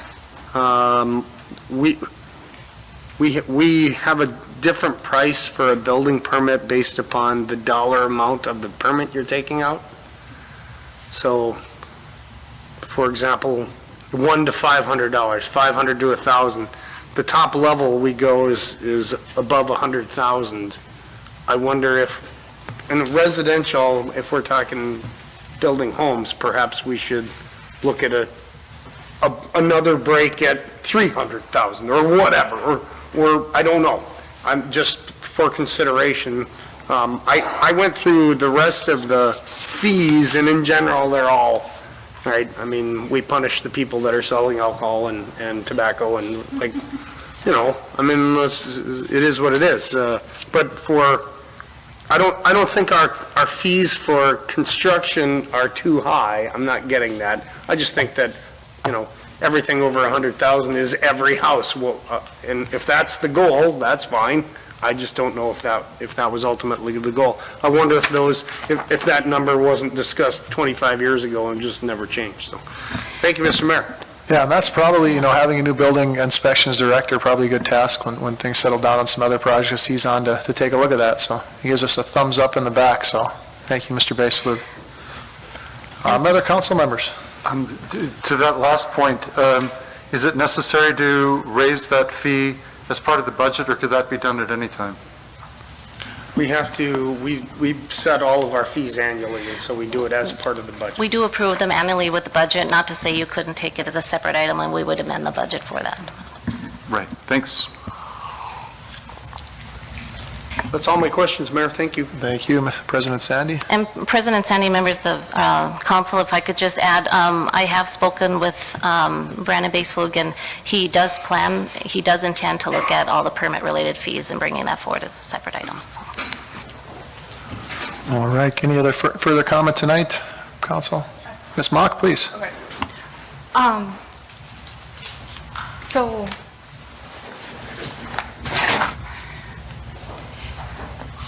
we separate several salaries across different budgets. Like, so we do that with enterprise funds, where we've got people who are working on certain enterprise funds funded through that. And then the planning department, I think you already answered a previous question where it's partially JDA budget and then partially planning. And then now, you know, it looks like even something like this where Spencer might be part-time bricks, so that's going. Is there a way to wrap our heads around where, because I always think of employees as kind of general fund, but it's seeming like we break that out across different funds and almost build back to those different funds? So Vice President Mock, members of council, if I could, we do try to wrap that up for you. In the back of your binder, there's a FTE staffing breakout for you by department and fund. What that will page? show you, then that starts on page 463. So that will show you an encompassing look at where those positions are budgeted and how they're allocated between the funds. We do our best to cost out those positions by the work that they're performing. It's not a perfect science, but it's you know, the best we can do as far as the workload that they have, and we distribute those.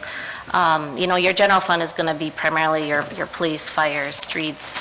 Not everybody's a general fund employee. If you're in water, it's going to be the water enterprise fund, but that should give you an encompassing look at all the positions. Okay, so that's a good place to go to kind of start to understand some of those different employees, That's how they correct. might be broken out. And Okay. it'll give you a history too on those positions. Okay. Have we done that? I'm assuming we've done that for quite some time.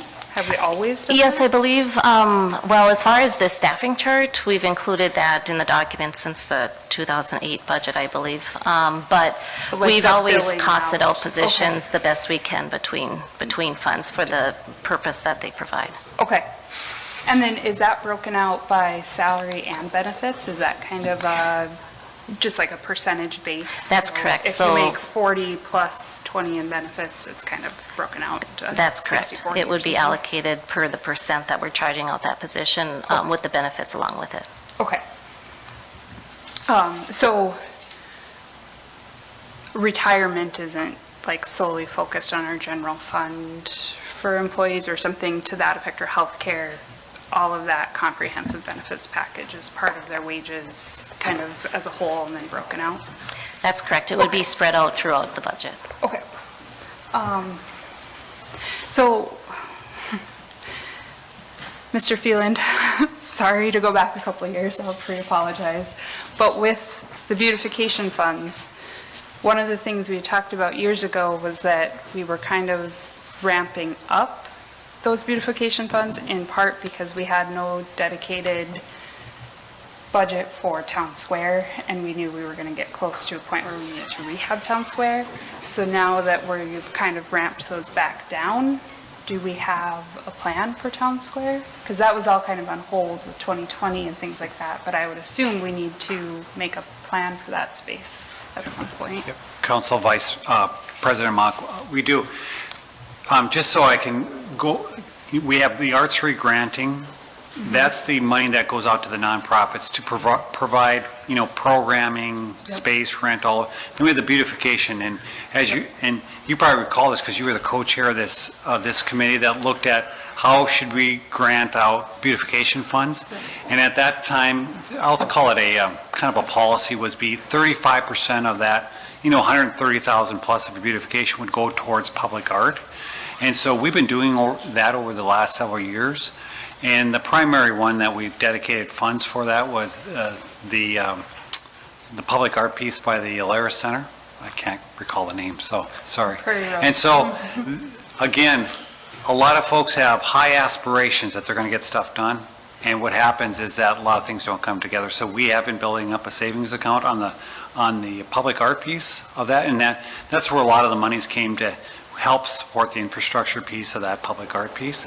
And so as we move forward, I know there's groups that want to do great public art pieces. That's where that money is derived.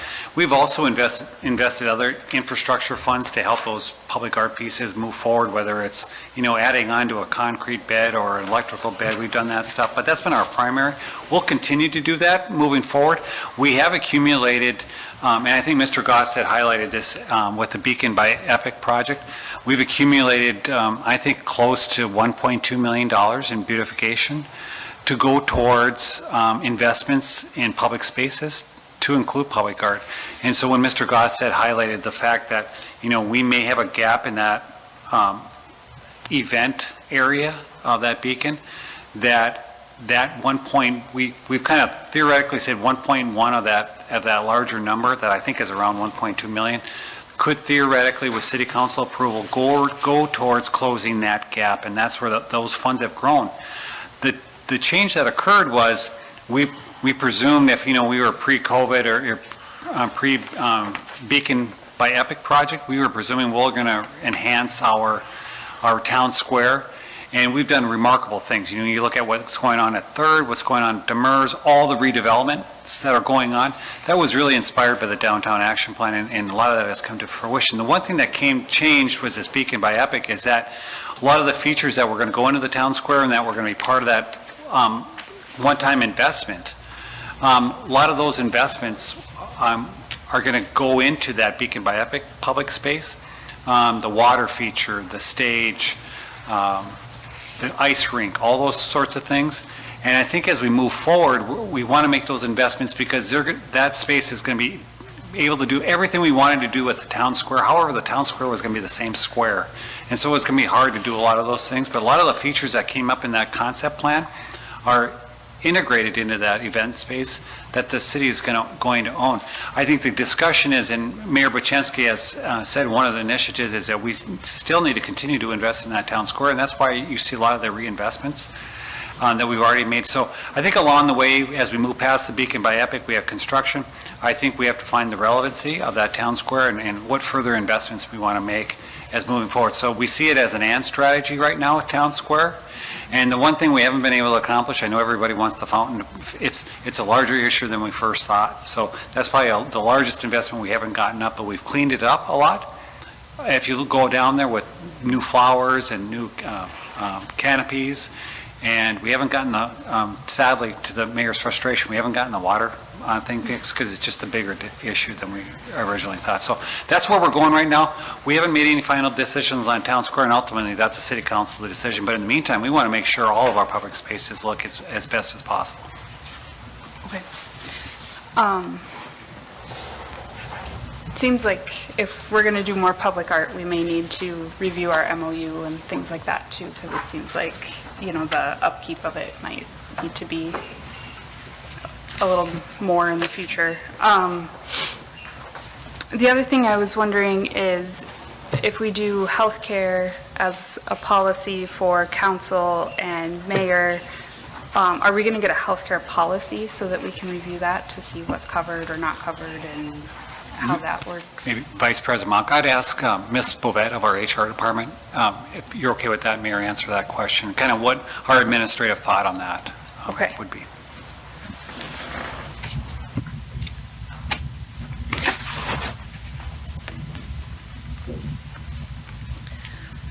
Good evening, Council Member, Vice President Mock. Our intention is to mirror the current policy that we have for the employees employed by the City of Grand Forks and offer that to elected officials. But we don't currently offer part-time employees healthcare. Correct. Okay.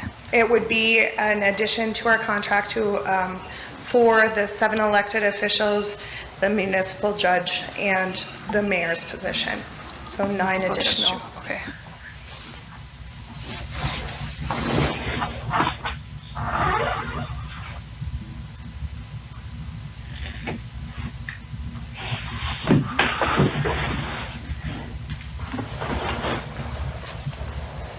President Sandy. I have one additional comment from Ms. Dorstedt.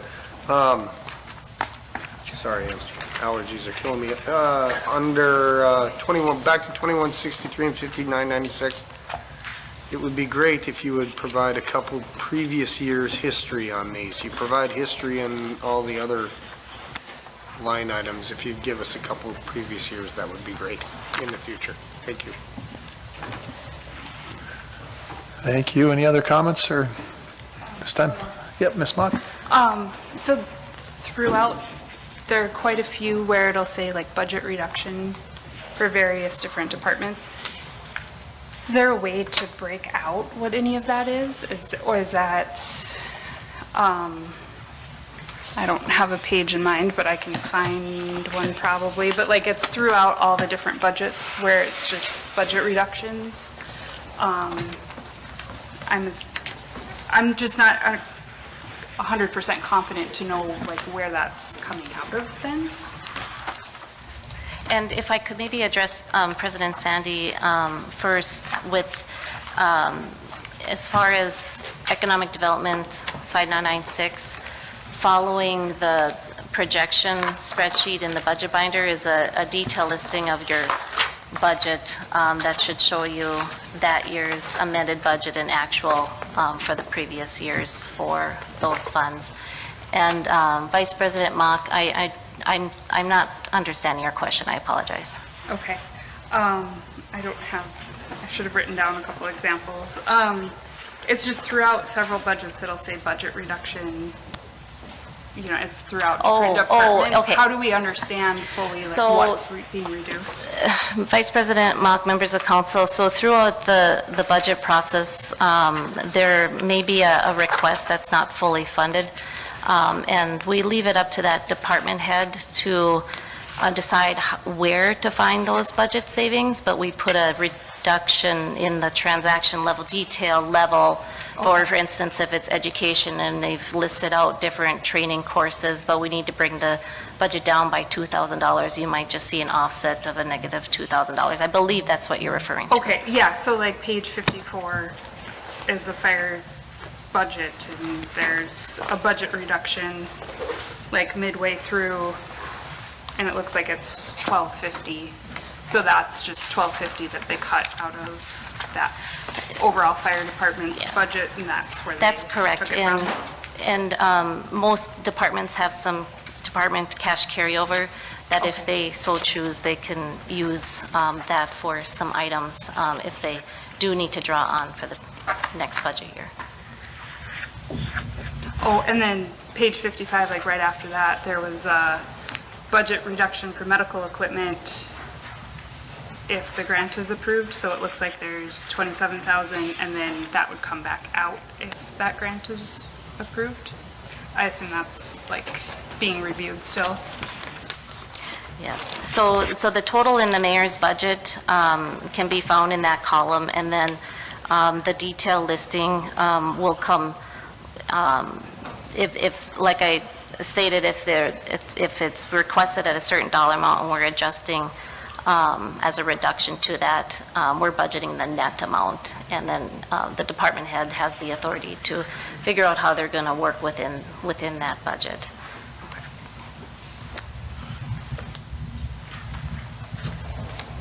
All right, Mr. Sandy. Mr. Mayor, a follow-up to Ms. Storstad. Hey, I appreciate it, but I can't on the JDA. I mean, yeah, it's all there, but similar to my email this morning where we don't provide the information in the same order that it's on the original page, I have to hunt and peck to find what does this compare to last year to this. So if you would put it on the same page, it's very easy for me to say, oh, it was $1 yesterday, now it's $1.06. No, certainly, I understand. We can do that. All right, anything further? I didn't have, Mr. Veen, please. yeah, I have a couple of questions I guess I'd like to go through. I was just going to ask, is Ms. Dorstad going to, I'm going to start my video here. Is Ms. Dorstad going to go through the handout? Is that the intent, or are we just going to continue asking questions? She's available if there's anything that you'd like her to go over. A large part of that, this would be the third time around, but is there a particular portion that you're interested in, most interested in? Well, I was just asking what your intent is. Okay, no, it would just be to continue the dialogue. Okay. And the reason is because if you're going to go through it, I would ask questions as she was going through, but if not, then I do have a couple questions that I would like to maybe better understand. And if I could, I'd go to page 7 in that handout. And maybe the question to start out with is we have identified in the ARPA funding, we've identified 4, fairly major areas for funding. Is that kind of, are each of those 4 categories, or I should say the amount in each of those 4 categories, is that set and established? Is that just a recommendation? Can somebody maybe just give me a little more detail of what that means? Sure, and Councilman Veen, members of council, so I believe what Mr. Veen's referring to is the presentation material from the PowerPoint. So on page 7 of the budget overview related to the ARPA funds. So those are the dollar amounts included specifically for the 2022 budget that are coming forward to you for approval as part of the mayor's recommendation. So we are looking for approval on that. So there would be such as the money for the city building upgrades. Do we know which buildings and where those upgrades are going to, or maybe even more for the $7.64 million for utility infrastructure, where that specifically is identified to go? Councilman Veen, members of council, so there's also another handout that was referred to as handout B when we presented the budget, and that might help you to give you a little more information.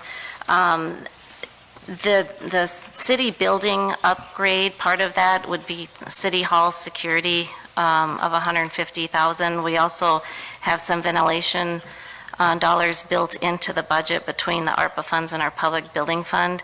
And inspections is working on a plan for exactly how those dollars will be spent, but I believe the priority is the police building and City Hall with relation to those funds.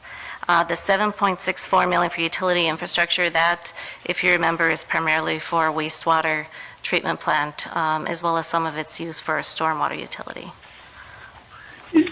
So, Rita, is that outlined now? I did find handout B, so that would include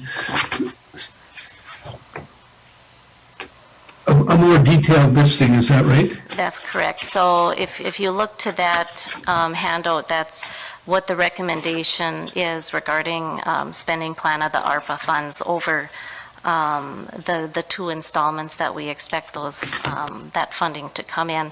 There's a portion, if you can see, if you have it in front of you, of a revenue loss portion, and just the regular, we have it highlighted in green and blue if you have it in front of you, but the revenue loss is coming from a calculation where you can use money a little bit more freely with a portion that is considered from revenue loss. That's where we're able to put some money into our road infrastructure, as well as City Hall building, and those, the remaining portion of radios, and the other, the main portion of the ARPA funds is the green section that's a little more restrictive, and we're putting the majority of that into our wastewater fund.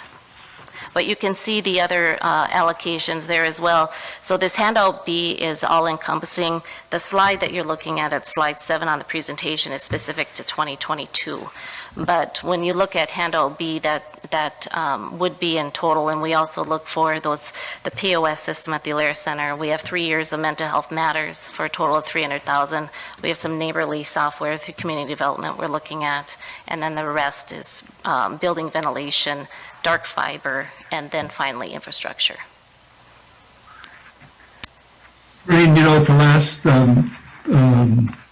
Alaris Center Commission meeting, we had talked a little bit about the shortage in some of the bids that we had for the fiber, I think it was. Is that a possibility of being included in here? With that type, I think I need to do a little more research as far as that networking expense.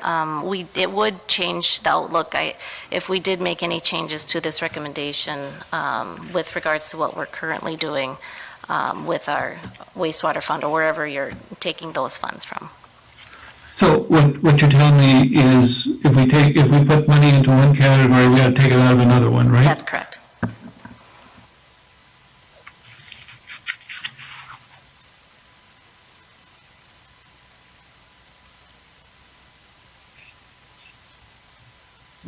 Can you hear me?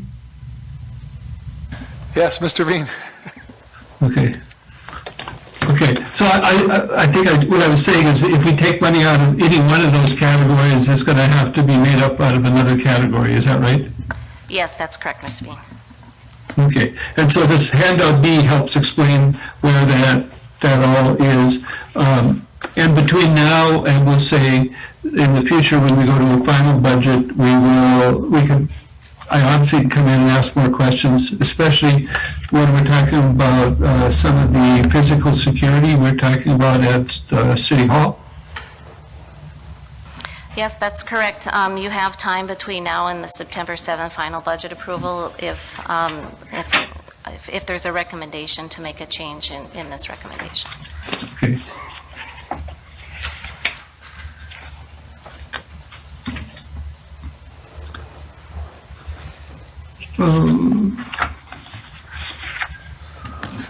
Move approval? I had another question if I could. Maureen, when was the dark fiber supposed to happen? When were we slating that project for the? Vice President Mock, members of council, I've been working with Adam Jonason on that project, and I believe we do have it included in 2021. Okay. But the exact timing of that, I would have to follow up with Adam on that. Okay. And the importance of that is probably to get it done sooner than later so that we can increase security, I would assume? Yes, I see it as a priority. That's why we included it in here. I think it's important for emergency services that we have that, and it's coming forward, I guess, as a recommendation. And if you do want some more detail on that, I definitely could have Mr. Jonason follow up with you on that. Mr. Sandy. Sorry, Mr. Mayor, I have one more comment. Please. I can't in good conscience not say that I disagree with adding health insurance to the elected officials. I'm already on the hook in this budget for getting a $1,000 raise, which I'm not sure when times are tough I should take in the first place. But $45,000, Tangi, divided by the 9 of us, is $5,000 apiece. Although if I took health insurance, it'd be a lot more. But if I take 5, call it on the smallest 5 plus another 1, that's almost a 40% raise for me. And I don't think that that's fair, so I won't be supporting. I don't think, frankly speaking, if the municipal judge who is actually the full-time employee needs health insurance, we should put him on. But I don't think the rest of the elected officials should have it. It's just my opinion. Thank you, Mr. Sandy. Ms. Mock. Yeah, I was hoping to see the policy so that we could review it. I was kind of concerned about the budget amount, especially given how many people could potentially be pulling from that, so. Thank you.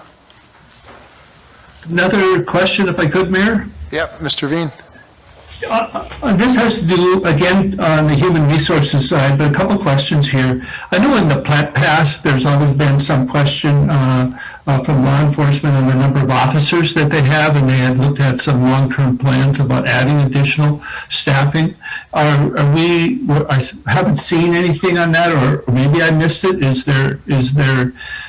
Are we saying right now everything is adequate and we shouldn't be planning for additional law enforcement? I'll let Mr. Phelan take that. If it was my choice, we'd have twice the number of officers that we do, but I don't know if we got that in the budget. But Mr. Phelan, please. Yeah, Mayor Buczynski and Councilmember Veen, as you recall, when our Chief Nelson took his post, we requested that he move forward with we'll call it a master plan, and thankfully over the last several years we've been able to meet that goal and we're at 90 officers. So we've added about 8 officers over the last several years. And so they have our ongoing master planning. I think their goal is that they need to add some additional officers. In this particular budget, we did, you saw these 2 great gals come up and were part of evidence and that sort of thing. So we are going to add a position that would provide some intelligence and some evidence gathering and really help support our law enforcement officers on that side. So that position was added this year, one of the few that we did add. So that was added.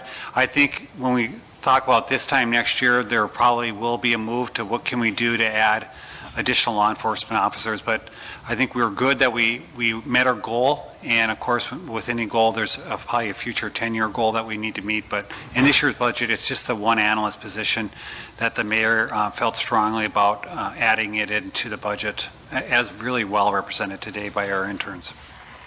Thank you. I think that's always been a concern. I just want to make sure that it is being adequately addressed. One other very quick question on the positions that are identified in the budget here. When we show the position and the dollar amount, is that assuming there is a appropriate raise that's been identified for 2022 that's in that number, or does the raise come beyond the number that's shown in the budget? Councilmember Veen, any additional position that's added for 2022 would be past the opportunity for a raise, with the exception of a performance increase after 6 months. So yes, that would be factored in, but the market, it would be already in 2022, it's already at 2022's range when they will be hired, that position. But how about the current employees? Is their raise already included in each one of these? No, the salary plan and the performance increases are blocked out in in a separate budget in the general fund. So it's not incorporated into those positions. Into each individual. Okay, thank you. And just Councilmember Veen, one- I think, if I could, Council President Sandy made a good point, and, you know, the general fund is this large general fund. And so I think the request for next year, and Mr. Sandy made a good point of trying to segregate that out within the different departments so that you know, as part of that general fund, large sum where that one is going. So we'll provide that additional information in advance for the general fund. And obviously the rest of many of the other funds are all enterprise funds that are dedicated, so you can see where that is allocated. But I think on the general fund side, we'll do a better job allocating where those are going within the various different general fund departments. But again, the performance piece is in there, the market piece is in there for 2022. And I think the PFP part will be going to the future, since we're doing a different route as far as separating it between the different departments. So it would be going to the future. I think we could work that in there, so it's a little easier to follow. But it is the first year that we've done it, so working out a few of the kinks. Mayor, one other comment here, and that was follow up on President Sandy's discussion about the North Dakota PERS for elected officials. I think I would support his thoughts on that about keeping the fringe benefits away from, I guess, the elected officials that we are. I'd like to think I run for election, not for the benefits, but for the opportunity to serve, and that's one of the questions or concerns I've had since I think I first came on the council a number of years ago. So that position just has not changed. Thank you, Mr. Veen. Do you want to do a vote? Do you want to vote on that item? And I would suggest keeping the judge in there, or we can change it. I mean, general consensus. I think my consensus is if it's a full-time position, it should have full-time benefits. So should we become full-time, maybe that's a discussion, but hopefully that never happens. So is our general consensus, leave it in there for the municipal judge, since we're going to be going through a rotation, and then that's about as close as you're going to get to full-time. But he's not, okay. Well, he doesn't tell us that every time we see him. I guess the other thought is to leave it until we could get a policy to review, or until the final, because it can come back out, because we can reduce, we just can't increase. So that was my only. Sounds good. Mr. Veen, did you have anything else? Nope, nothing else. I would agree. I think we can talk about that between now and the final. Sounds good. We got a motion? I'm President Sandy? very sorry. Because we brought up, Mr. Veen brought up the officers, and Mr. Phelan pointed to the intelligence. There were two very bright people that came up and visited tonight.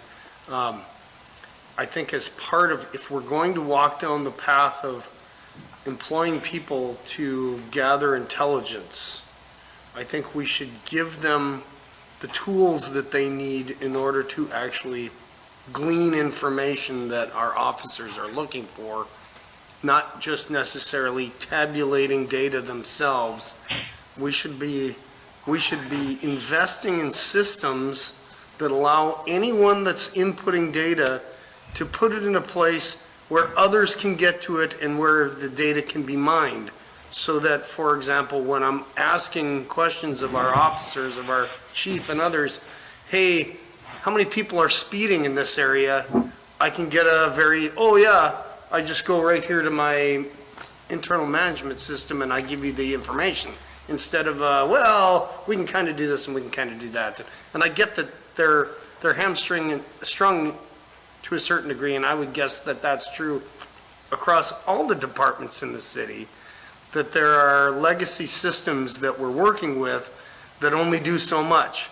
I think we need to be leading, and our employees will appreciate it if we as the policymakers give them the tools that they need to make their jobs easier. So my only suggestion is, as part of whatever the duties of this person are, if they could work with Adam and identify what would make their life easier, which would then help make other people's lives easier, I think that would be great. Something perhaps for next year's budget.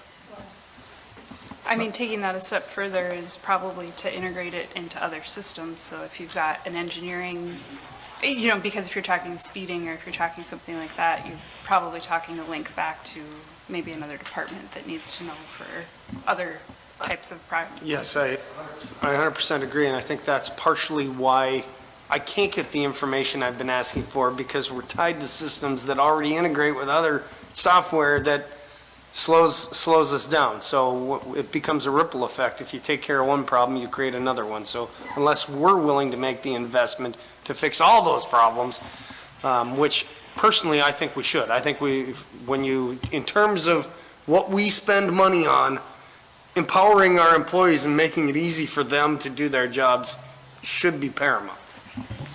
Yeah, I think that's a great idea. I think over the next, I mean, this is obviously not something that we can turn over very quickly, but if IT Director Adam can work over the year and work with the departments to see exactly what they need and go forward with some sort of proposal throughout the next 6 to 8 months would be great if that works. Of course, the crime analyst can be, a person that can help, integrate some of that, and hopefully after a certain amount of time in the role, have better input.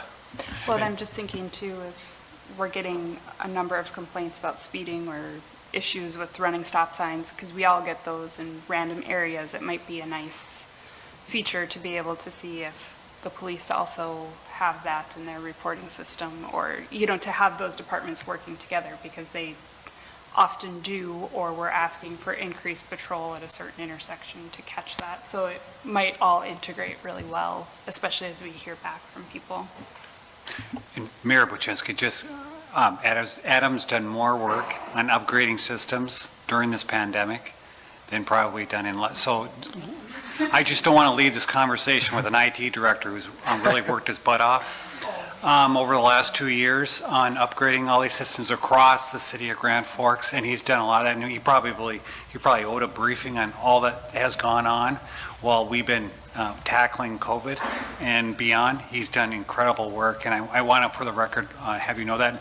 And it's probably good for a presentation, because he briefed us as departments a month ago, and it was several systems that we've upgraded while we were all, we had our mindset towards the COVID pandemic. So we'll do that, Mayor. Yeah, and I would say one kind of unique thing that we did differently this year, when we met with all the departments, Adam was the one fixture that was there at all of them. So I think that process is probably starting, but just, I guess, baby steps. And is that fast enough for everybody? Probably not. Certainly not for me generally, but we're getting there, so.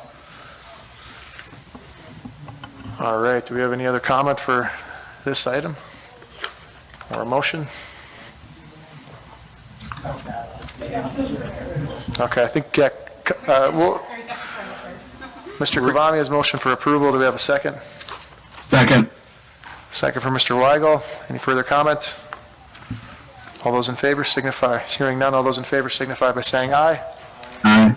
Aye. Opposed, same sign.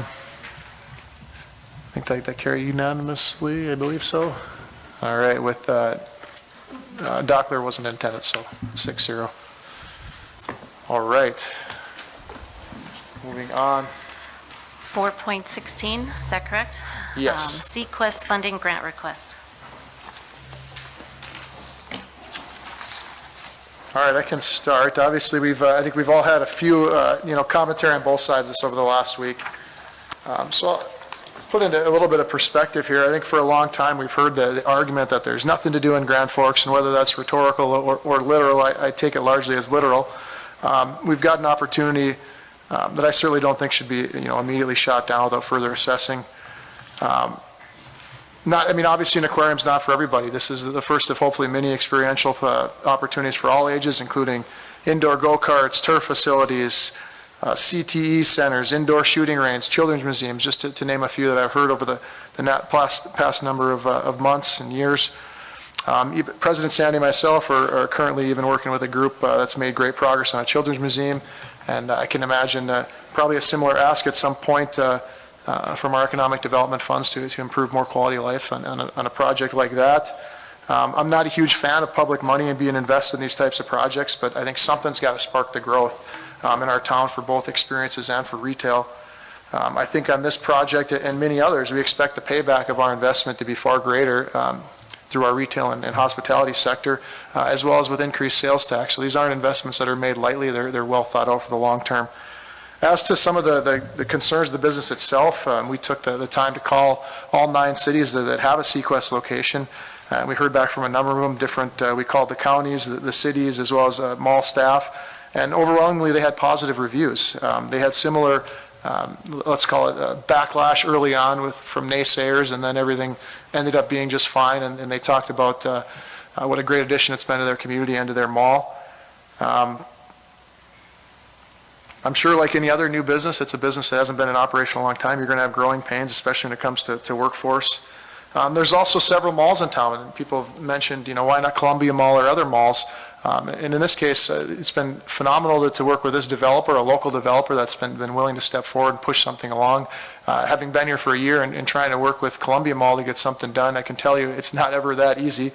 So that's pretty exciting. It's a midtown area that we've looked at for a long time. It's in our Renaissance zone. It's something we want to develop as another area in town that's not just downtown.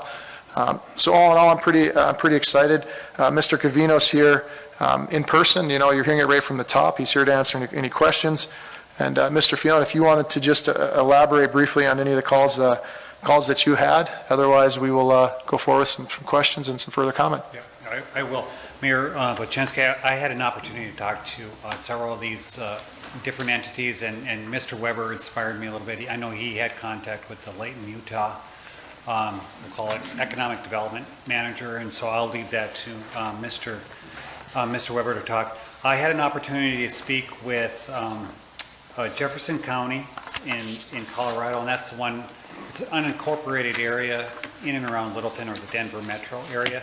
I spoke with Trumbull, Connecticut, which is a suburb of Bridgeport, Connecticut. I spoke with Lynchburg, Virginia, and then finally Woodridge Township, New Jersey. And so all of those I spoke with either a city administrator type of individual or their economic development individual. Generally what I heard in all cases, I would say a more positive experience than not in all those communities. They all talked about trying to modify as part of getting these experiential redevelopments, working with their regional mall. And I would say they're probably a comparison to our Columbia Mall or Grand Cities Mall. And so they're trying to keep them alive. They've gone through amending their planning and zoning to allow these different experiences, try to create more mixed-use developments. So a very familiar conversation that we're having here at Grand Forks. They talked about the COVID impact that they've had in their communities, and there have been some hiccups along with all types of retail like that, where there's been some challenges during COVID where things were closed due to state or local mandates, and now trying to get some of these entities moving forward. Again, they all talked about the commitment to education, commitment to low and moderate income children and families, and trying to get them, so there seems to be a general sense that that's what they do.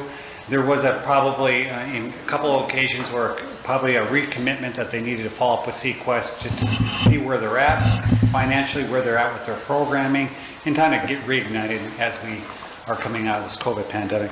They talked about the oversight with USDA oversight, and they said with a lot of oversight there's always things that come up, but generally what I heard through that, there wasn't like anything fatal when they reviewed, but there is an oversight from the federal and state local governments, and I suspect even our local governments with public health that will be reviewing them as we move forward. So I would say in general, the mayor asked that we go out and get I know tonight we're asking for moving forward with a Sequest funding request subject to further review, input, negotiation, and agreement to include Mr. Gostet. So we wanted to set this up in a two-step process.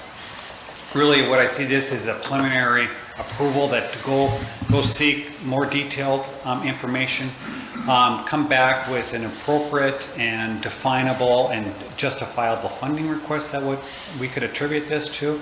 And so what we wanted to do before we went down too far down the road with the developer and with Sequest, that there was a general buy-in that moved it down to the next step and see if we can reach an agreement that would be acceptable to you as city council members. So that's what we're asking for today.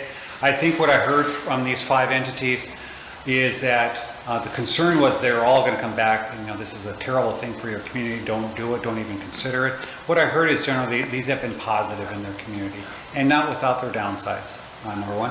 I think the one thing you should be aware of, most of these communities have not provided financial incentives themselves, but there have been incentives that have been provided, whether it's been the retail district or the mall or a university, those sorts of things, but none of them came back and said, yes, the city or the Economic Development Corporation provided incentives. But we will work with all the entities, and Mr. Goss said, just to put that into play and what makes sense to come back. So that's what we're asking for you to approve tonight. And I know Mr. Covino is here today, and I know even Mr. Weber had an opportunity to speak with the one in Utah. I did not speak with to the entity in Utah, but it's a very, very familiar story to Grand Forks. Whether you're in New Jersey, Colorado, Virginia, Grand Forks, it's a similar story that we have here in Grand Forks. So with that, Mayor Buczynski, I'll hand it back to you. Thank you, Mr. Phelan. I guess with that, we got Mr. Covino here as well, and if there's any questions for him or any further comment, I don't know if you want to start, Mr. Weber, with your thoughts, please. Sure, thank you, Mayor. One of the major concerns of the citizens, taxpayers of Grand Forks is the retail environment. It isn't restricted to just our community. This is a nationwide issue, although some communities manage to be more resilient in this regard. As such, a year and a half or so ago, maybe even 2 years ago now, the city teamed up with EDC, and an effort was led by the Chamber of Commerce to look into our retail economy and different opportunities. One of the things, an early conclusion, was the benefit of experiential opportunities. And one that was mentioned at that time was an indoor aquarium. And at that time, we thought, oh, this would be fantastic. How would we attract one here? And we agreed that this would be a great thing if we could attract that. Now, we've had the fantastic opportunity of one of these outfits interested in our community and local developer facilitating this. And so I was excited when I heard about this possibility. Since last Monday, I've received many emails adamantly opposed to this, just flat out knows that this would be a wrong thing. And it's maybe not a parallel comparison, but I remember living in Salt Lake City when the announcement came that we were being considered for the Olympics. And I was one of those, no, this can't happen, they'll ruin our mountains, they'll ruin our communities, etc. And I was wrong. It was a fantastic development for the entire state and especially for Salt Lake City. They are a much better city today because of the Olympics having been there. Now, one of the concerns that I've heard from people who have been adamant against this is concerns about animal cruelty. And again, I'd like to think of myself as someone who would be more in favor of kindness to animals than what elected officials think, even though I'm an elected official. So I've been trying to look into this, and I recall visiting the Great Lakes Aquarium in Duluth. What a fantastic opportunity it was. And if we had something like that in our city for families to attend year-round, indoor, this could be something really, really great, I think, for our community. But one thing I've heard is, why aren't they a member of the, the Association for Zoos and Aquariums? If they're a good operation, why aren't they a member? Well, it turns out that less than 10% of zoos and aquariums in the United States are members of this organization. And regardless of whether you're a member of that affiliation or not, this operation, as I understand it, would have to be licensed and inspected by the U.S. Department of Agriculture, the U.S. Environmental Protection Agency, Drug Enforcement Administration, Occupational Safety, and obviously OSHA, and they have to, they'll be regulated by laws including the Endangered Species Act, the Animal Welfare Act, the Migratory Bird Treaty Act, etc. So I don't think that this need for membership with the AZA is actually as important as it has been presented. Indeed, locally, the aquarium in Duluth is not a member of the AZA. The zoo, the Fargo Zoo, Red River Zoo, is accredited by the AZA. But if you look into both of those operations, neither have been ever received any reports about animal cruelty, whether they were members of this accreditation body or not. So I hate to disappoint some folks, but this looks to be a fantastic opportunity to enhance our local retail. It looks like an opportunity to create family-friendly events year-round, and I am inclined to support, if not Sequest, then something very much like this. And right now, what we have is an offer from Sequest. I don't believe we have others knocking at our door to do this kind of development. So with that, that's my comments. Thank you, Mayor. Thank you, Mr. Weber. Further comments? Mr. Sandy? Thank you, Mr. Mayor. So, Mr. Phelan, when we talked about this last week, we were talking in terms of an aquarium and eventually a location. You and I spoke on Tuesday morning, if I recall it was Tuesday.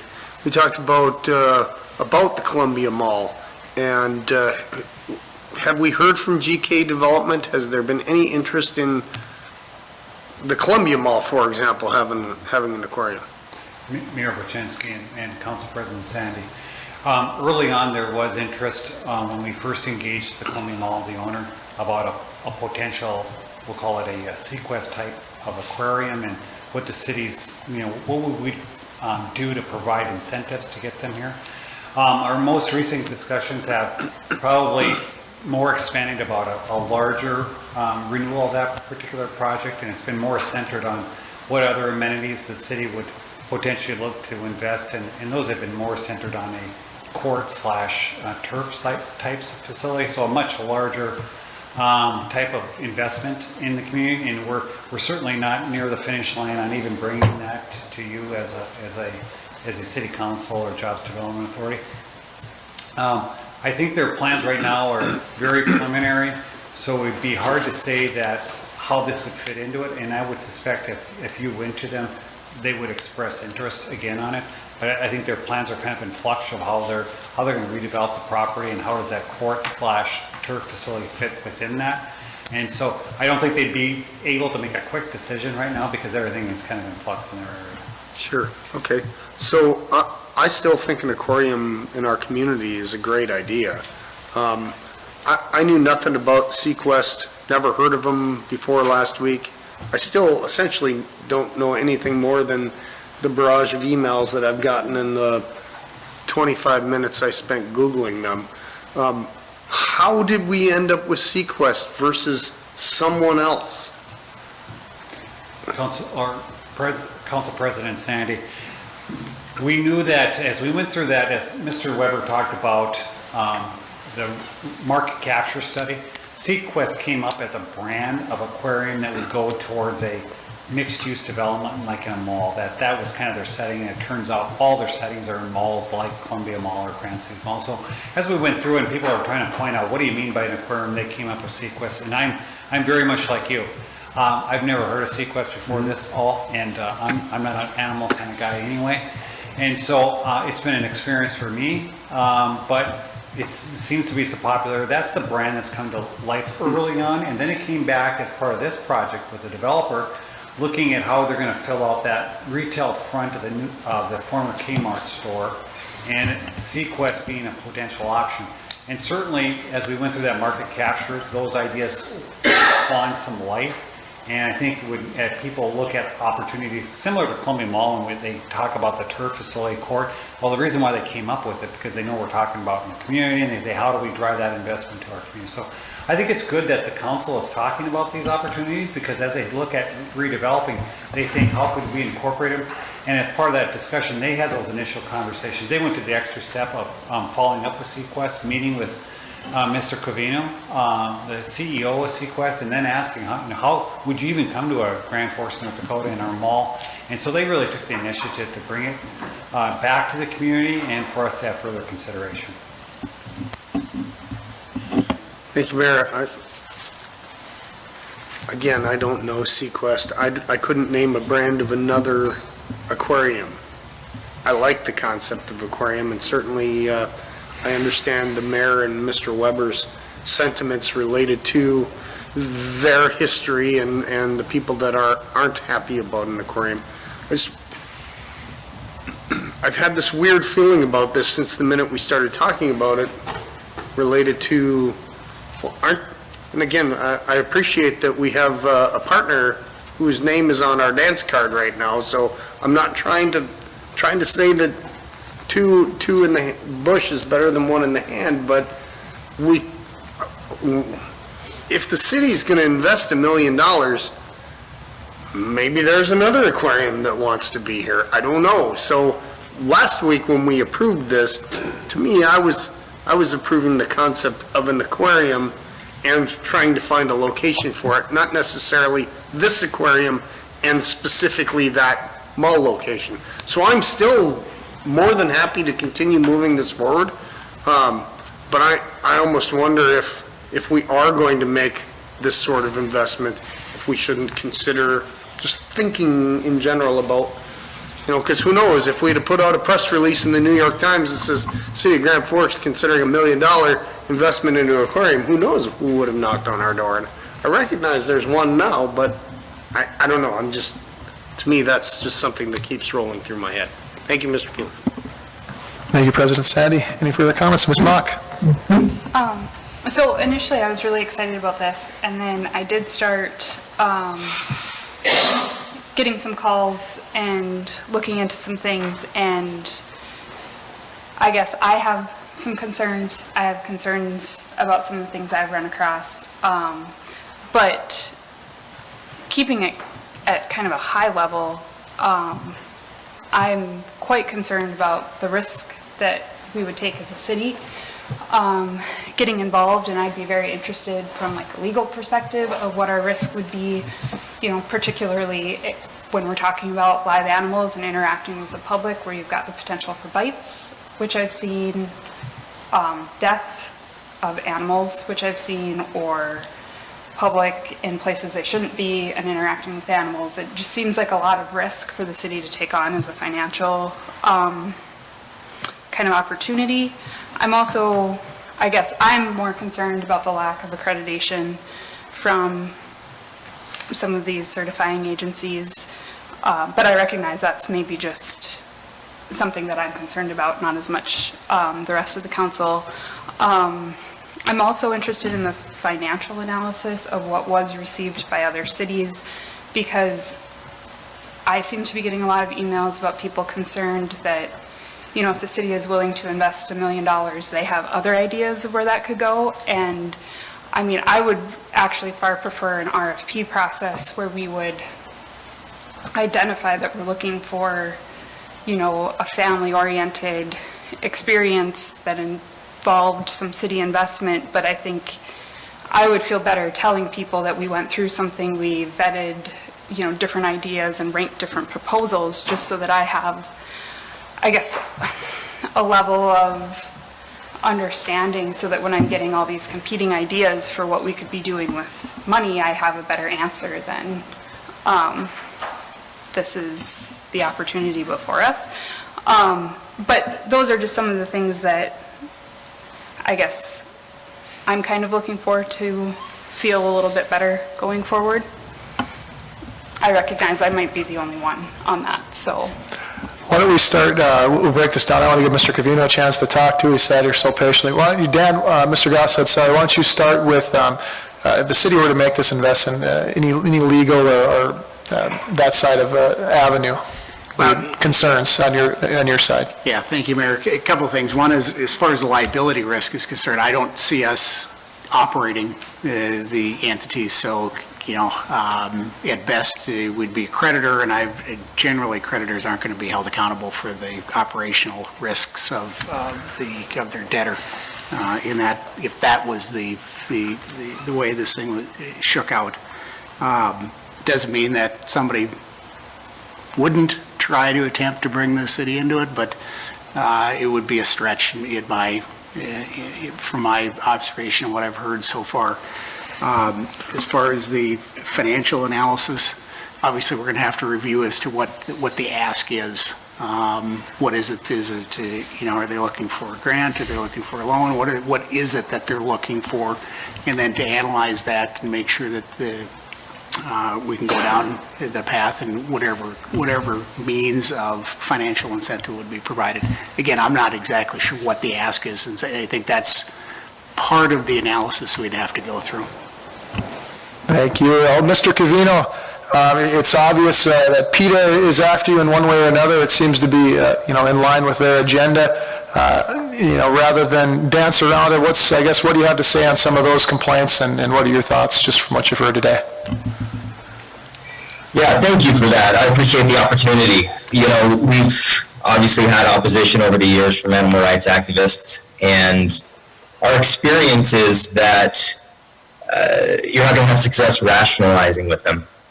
If you tell them that you rescue 3,000 animals a year, they're going to criticize you because an animal died. Now, that animal probably died faster as a pet or faster in the wild, but it's very often taken out of context. We have 20,000 animals, and unfortunately, you're going to have mortality when you have 20,000 animals. But the team does an incredible job. We've got 400 people that work for us, and first qualification is to be an animal lover. There's biologists, there's vet techs. Every location has a certified, licensed veterinarian that does rounds, that fills out reports. Every location is inspected by regulators at the federal level, at the state level, the local level, animal control, USDA. We got a random call 3 days ago that one of our silkies, which is a chicken, was sad and depressed and lonely. And we literally had the police come in and look and say, we need to inspect this because we got a phone call. So, there are 20 million chickens per day that are eaten in the United States. And you're afraid that the one in Sequest is lonely. The one in Sequest sees more people, and the people that it sees are not eating it.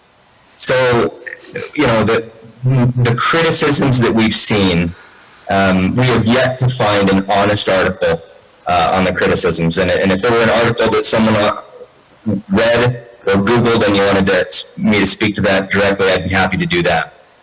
Because again, I've not found one that was not out of context or just honest. In terms of the other competing mall, I just heard that it's owned by GK Development, and we are a tenant in Fort Worth of GK Development. So if you were to call them, they could probably speak to us as a tenant. I believe that we account for half of the traffic of that 1 million square foot mall, and we're 26,000 square feet of it. So it's pretty significant what we've done to that mall. We've had a lot of reports from other neighbors that when we open up, their sales went up by 30, 40, 50%. So it's had a significant impact on our neighbors. Just a point of clarification, we've referred to it as an aquarium, and while that is a central focus, only about half of the animals are aquatic. So a good emphasis is, the whole concept is you travel through the Amazon rainforest and you're going through a quest. You go through the Egyptian desert, there's no aquatic animals in there. You go through the Mayan rainforest, you go through the jungle. You end up in the Caribbean Cove, where you have sharks and stingrays and you see giant Pacific octopus. But you can feed kinkajous and sloths and Asian small-clawed otters. So it's a zoo, with an exotic petting zoo emphasis and aquarium. So you're able to do both of those. You're able to have the whole experience. So when a field trip student comes, they're able to take a journey geographically through the entire planet, and they have a connection with the planet and with the animals that share this planet with us beyond anything that you could replace. It's not video games, it's not the next bowling alley, it's not the next entertainment and technology. It's the family getting together and sharing an incredible experience. It might be snorkeling with stingrays, which in the middle of America is a pretty incredible thing and an opportunity. They'll have over 200 species of animals that they will interact with when they're snorkeling in there. And then finally, in terms of the question on what the ask is, I thought I'd be specific there. The ask is for $1 million grant, and we've never gone in with anything lower than that. This will be the smallest amount of funds that we've had help with, but we're willing to do it, and we believe that this can be a neat opportunity. We will absolutely be the #1 destination, hands down, for events, private events, corporate events, proms, birthday parties, family entertainment, family destinations. We believe it will be the thing to do, and that we'll be bringing people in from hundreds of miles away. So it'd be $1 million, it wouldn't be a loan, and it would be $1 million grant. Thank you, Mr. Covino. So we got a follow-up questions there, Mr. Weber? If I may, Mayor, want to point out when retail is weak, city revenue is reduced, and it becomes increasingly difficult to attract businesses, both commercial and retail. And this type of opportunity holds the promise of boosting our local retail situation. When I spoke with the EDC director in Layton, Utah, he made it quite clear there was a tremendous increase in traffic there. Nonetheless, we're not approving anything tonight. We're simply providing direction. Do we want this pursued further? And I think clearly we want additional due diligence. And as such, Mr. Covino, if I could ask a question, the situation in Trumbull, Connecticut, I believe this goes back to a complaint in May of this year. It's one of the things that has come up in some of the emails that I've received. Could you address that, sir? Yeah, I think it was a routine inspection from USDA. And normally when USDA comes in, there are probably 10,000 different things that you could see or that could go wrong. But most of them are virtually entirely innocuous. We're talking about, hey, that food there is dry food and it needs to have a lid on it. Okay, 12 seconds later, that problem is solved. So if you were to go through and look at that checklist, you'd see these are very minor things. They're fixed immediately. This is a report. Any zoo or any aquarium is going to get the same type of inspection, the same type of report, and most of them are resolved by the time they leave the location. I believe there was one case there where they were concerned about an otter bite, and basically you feed otters through a bulkhead that's about 2 inches, and in one case, someone got their finger all the way through, and we have to fill out a report if it draws blood. It was nothing that needed medical attention. It did break the skin, but nothing to the extent where a Band-Aid wouldn't fix it immediately. And I think that precipitated a report. There was another incident, I believe, in Trumbull where one of the employees, because the otter was being a little bit rambunctious, probably biting at her foot or her sneakers, she shoved it away with her foot. And I've not seen exactly the footage, but I understand that you could look at that footage and say that it looks like she might have been kicking it. And our national mammal director reviewed the situation and decided to immediately terminate that employee. Unfortunately, where you have 400 employees, you're going to have some who come in and they're just not effective at their job. You have to be an absolute animal lover. You have to just be incredibly passionate about your job, and you have to execute well, because when you make mistakes, animals could get hurt, animals could die. That happens in the zoo and aquarium business. Fortunately, they rescue far more and they rehabilitate far more animals by a factor of hundreds than would ever be responsible because of human error. But when we feel that there's a risk there with an employee who's not doing their job, they're terminated. In this case, that person was terminated immediately. Thank you. I do have one question for you based on the malls. You said you're currently in a GK development mall down in Fort Worth. Had the GK reached out to you about the possibility of coming up in Grand Forks to this point? They have not. We've talked a few years ago. We talked about a few other locations, but I don't think Grand Forks was one of them. And we have not, we really, because of COVID, we hadn't been in the growth mode, and we've not started, we've not signed any new leases. When you close down all locations and you have to feed 20,000 animals, you still have to keep your employees, and you have to feed everybody. You still have to medicate animals that need medication. And so, we took a giant step back of COVID, and unfortunately, we're having record days and record months and weeks right now. And so we're just now back at the point where we're ready to expand and consider new locations. So that discussion probably will come. We've just not been in a big hurry to do it because we just finally got to the point out of COVID where we felt like it's time to expand again. And how has it been working with the local developer here in Grand Forks that you've been talking to? That's why we're on this call. And I wouldn't really, at this point, I don't know that I would consider, we would maybe, as a plan B, look at Fargo. But at this point, if I'm going into to this city, it would be with this group because I just feel so comfortable with them. They flew to Boise. The whole team met with me.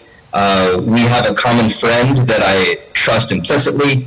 And so if we were to move forward, we would feel very comfortable. And I think that we would probably have that be as one of our considerations, is that it's got to be with this group. And if so, we feel we could be a good partner with them long term. Okay.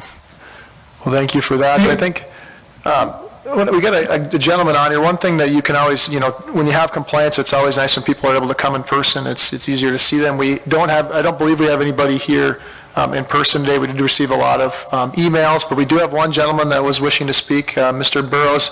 So we'll give him his time just like anybody else. So she's got him on there. You just need to unmute Mr. Burrows, and the floor is yours. Thank you, Mr. Mayor and council members, for allowing me this time to speak in regards to the possible Sequest partnership. First of all, I want to say that I am in favor of zoos and aquariums. Visit them all around the world. Participating in the best aquariums, like in Georgia Aquarium, places that are fantastic. Just been to the Duluth Aquarium last month, actually. But only if they're done in a responsible manner that is safe for both the animals and the visitors. Zoos and aquariums have the responsibility to educate and to conserve our global ecosystem. North Dakotans care about the conservation of our land, waterways, and animals, from bees to walleye to moose to eagles. We farm, hunt, fish, and care for nature responsibly. Sequest is the exact opposite of this North Dakotan spirit. Sequest does not represent the values of our community. Sequest began with irresponsible and unlawful dealings and has had numerous problems since its beginnings.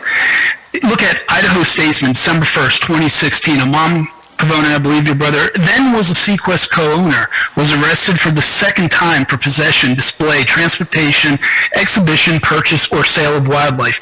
In 2013, Amon was arrested for conspiring to bring illegally harvested spotted rays and lemon sharks to the facility in Boise. We're not talking about chickens you can buy at Tractor Supply. As I said, the most important mission of zoos and aquariums is the responsibility to educate the public and to conserve our wildlife and sea life. Go to Sequest's site and look for a link to education, conservation, and care. Where is it? I looked all through their sites and could not see it. Saw that all the sites are the same once you click wherever you go, so you see the same pictures, not individual pictures, so I can't actually see what each one actually looks like. These are very easy to find for reputable zoos and aquariums. Instead of receiving awards for conservation and education, Sequest receives numerous complaints, USDA citations, and protests. To list just a few examples from around the nation: Oregonian newspaper, January 10th, 2019. 200 animals died from starvation, infection, high temps, and more unnatural causes. KTNV, ABC Las Vegas, February 28, 2019. Animals biting visitors, unlawful breeding, improper record keeping, and for a number of animals, they just didn't know where they went. Did they die, escape? Who knows? Imagine what an escaped creature, depending on what they could do for our ecosystem. Lose a snakehead loose. Let's see what happens. Denver 7, ABC, May 15, 2019. Colorado suspended Sequest operation for operating without a valid license as in violation of the Pet Animal Care Facility Act. Documents showed at least 30 humans were injured in a 6-month period. Patches, Woodbridge, New Jersey, January 8, 2020. Duck with a broken foot, a kinkajou in mental distress, and an overcrowded aviary. Animal activists protest weekly there. Not something we want unless we want to bolster our hotel and tourism industry. There's video on YouTube that document these issues. USDA complaint. This is just one of over 20 in the last year. March 25th, 2021, routine inspection of Boise, Idaho location. Animals biting visitors, workers, leaving cage open for public access. Employee hitting an otter with a metal food dish, and improper records of animal acquisitions. Sure, we hire people who like animals, but, we hire teachers who like, teaching students and things of that nature, or doctors who like helping people. Sometimes doesn't go so well. And let's look at what we're paying these folks often. Minimum wage, lower wages. Are we going to get the high quality that Grand Forks is really looking for? Side comment. It is interesting how you have not heard complaints from the aquarium in Duluth. But here, just the tip of the iceberg, I've listed these recent complaints. What are the updating costs at the 20-year mark? Speak to the Riverbank Zoo in Columbia, South Carolina, and ask what the costs were for their aquarium reptile complex was. These things are vastly expensive, lots of chemicals. How are they disposed of? What are the things with the MSDS, hazardous waste disposal, things of those natures? What happens if another flood situation occurs? What are evacuation processes? I was here in 96, 97, seeing what those looked like and all the problems, and I believe the Kmart was right in, the danger area.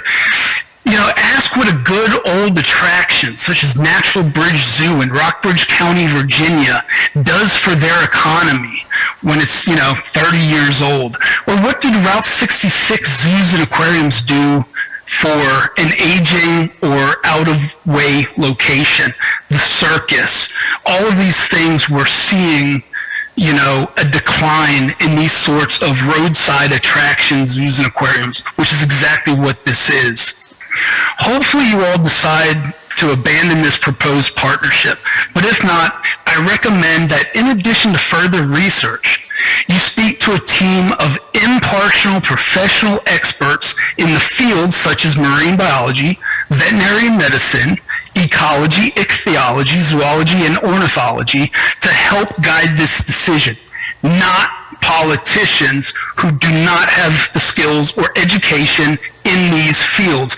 These are animals' lives, not toys.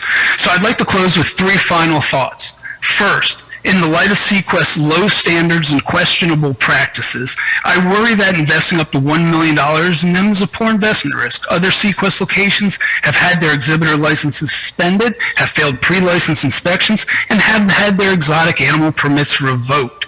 This is in addition to numerous citations, injuries to both humans and animals, which can't be good, for business. If Sequest licenses is revoked after coming to Grand Forks due to animal welfare violations, or is sued due to injury, or is simply tied up in the courts with PETA.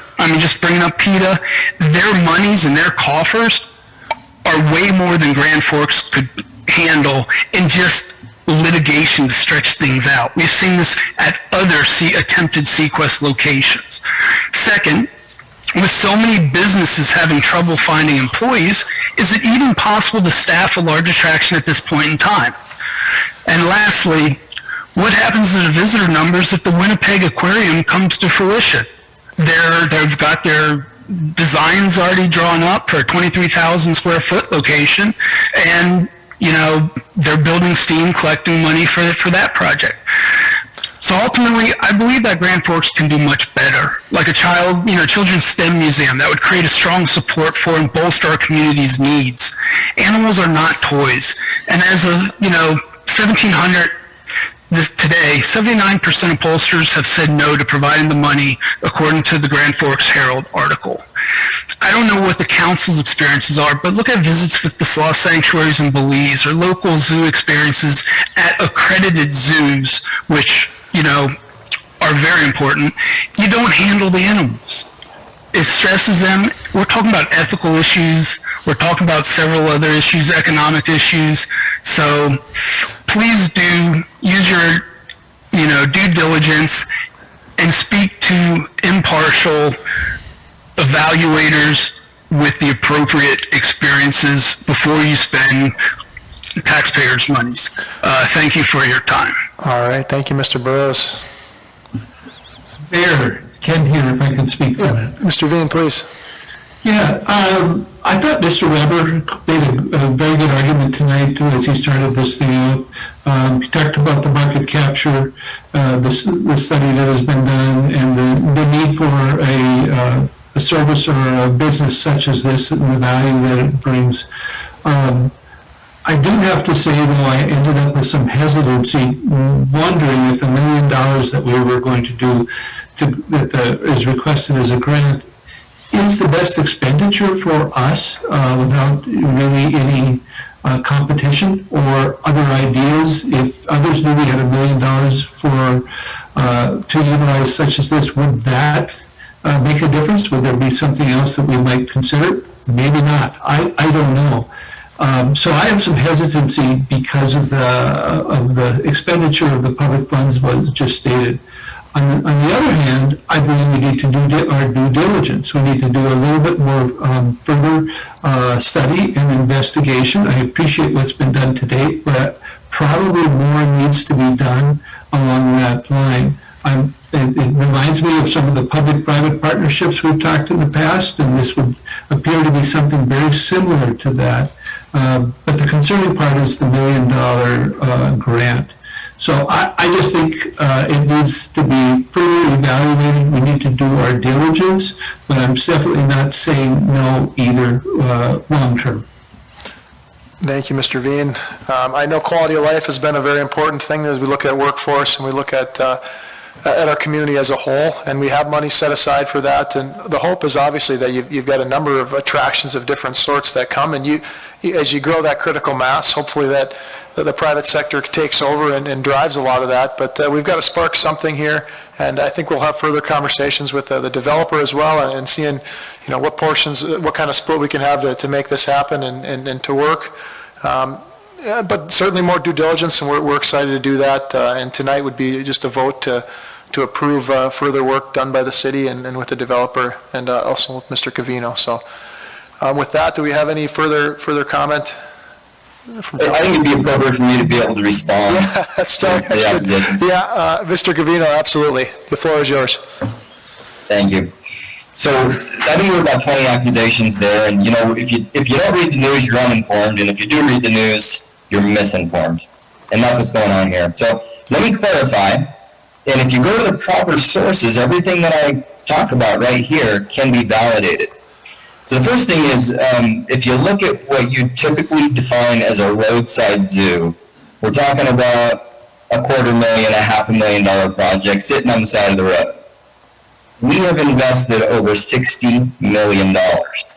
These are first class, they're world class. These are absolutely incredible destinations. You know, we're talking about a company that does millions a month, not a little roadside Tiger King. Okay, and you can just simply go to any Sequest and you'll see that. You can also go online and see that in the last 12 months, even inside COVID, we have over 25,000 five-star reviews. You will not find that in a roadside zoo. Okay, you won't find that. It's impossible. We have higher ratings than virtually every zoo that in fact, I think we have higher ratings than any zoo that you've talked about tonight. The evacuation plan is in place. Every location does have an evacuation plan. It's required, and so that's taken care of. Flooding precautions and zoning and approvals and so forth, those are all put into the MEP planning. There's plumbings, there's drains, those are all part of the plans, and there is a plumbing inspector from the city that will come in and make sure that we have adequate flood provisions. The updating cost, I think the insinuation there from Mr. Burrows was that the city would somehow be on the hook for updates. And that's not the case. We update all of our locations every single year. So if you go into a location that we built 5 years ago, you're going to see that, you know, exhibits are rotated, exhibits are updated, floors are redone. You know, we did floors in Vegas 5 years ago when we opened, and we just redid them. They look brand new. So they're updated on an ongoing basis. Now, a company that's not run successfully, that isn't profitable, we are very profitable, may have a problem with budgeting to update, but we don't have that problem. And if you go to any Sequest, you'll see that. Part of the reason we get 25,000 five-star reviews, because it's very beautiful. Chemicals, those are all things that are regulated. You're not going to go into any Sequest and find a chemical or a hazardous substance that is not regulated and locked up and passes every regulation from state, federal, and city. So again, it's just a false claim. The staffing, is it even possible? That is a fair question, because it's been very difficult to staff. We have 400 employees, and ideally we'd like to have 470. So what do? You provide overtime, which people love. Now, we also believe that that problem is going to go away when the city stops handing out money. So in September, we believe that it's going to be much easier, and we'll be able to hire those 70 people we'd like to have right now. In any event, the very soonest we're talking about opening is December, and we believe the labor market, which is the unemployment rate's higher than it was a year ago and 2 years ago, or let's say 18 months ago, we believe it will be easier in December to hire employees and find employees and retain good employees than it is today, or than it even was a year and a half ago. So that actually is going to be easier, and I think any economist would agree with me on that, and I can send charts to that effect. The question on accreditation and only going to zoos or aquariums that are accredited, again, you said under 10%. It's actually about 3% of the zoos have AZA accreditation. Most of them got accreditation after 10, 20, 50 years of existence. We opened in 2016. So that is something that is way early for us. It doesn't fit our model right now. But if you were to limit yourself to only visiting zoos and aquariums that have AZA accreditation, you would only be able to go to 3 in every 100 zoos. It would be severely limiting, and nobody, according to the government, nobody has a better, bigger voice than zoos or aquariums for conservation and preservation of our planet. So it'd really be limiting that. But we're confident we're going to be able to staff it. In terms of, you know, the slander and the dishonesty, the dishonest accusations about unlawful things that were taking place with my brother Ammon, just because two people share the same last name does not mean they own the same company, doesn't mean just because we're in the same business doesn't mean we're partners. The legal record will show he has never been an owner and he has never been an employee of Sequest. And so I would just resent the accusation, which is false, which is illegal and slander, to say that he was an owner and that I in any way am connected to buying sharks without permits, because that's never happened. I also never bought lemon sharks. Those were delivered by my brother to a nonprofit aquarium that I had no affiliation with in Idaho. And so it's just not true. And again, those things can all be validated. The records show that's why you went to prison and I didn't go to prison. And Boise was a nonprofit. I was not a part of it. He built it. I'm going to just refute 2 allegations about animal neglect, and you're going to see the foolishness of these reports. He alluded to a report that 200 animals died at Sequest. If you would like to take the time to pull up that death log, it's allegedly Sequest's private death log of animals that died. 200 of them that died. That report is handwritten on the back of a piece of paper that looks like this. And it's written by what looks like a 6th grader. And it's just got lines on it, and it has a list of animals. And I'm just going to give you 2 of the animals that supposedly, allegedly died at Sequest. One of them is a yellow tang. And it says that the yellow tang cause of death, under cause of death, it says depression. Now, do you think that my company wrote in handwriting, yellow tang, why did it die, cause of death, depression? And then there was below that another animal out of 200 that was a snail. A snail and the cause of death on the report was congestive heart failure. Now, I talked to that journalist, and I'll tell you, you will find a unicorn before you find an honest journalist. That journalist, I said, this is self-evident that this is a false report, you know it. And she said, my editor is committed to writing this story. But we do not have snails that die of congestive heart failure. It's very self-evident to the rational person that that is a false report.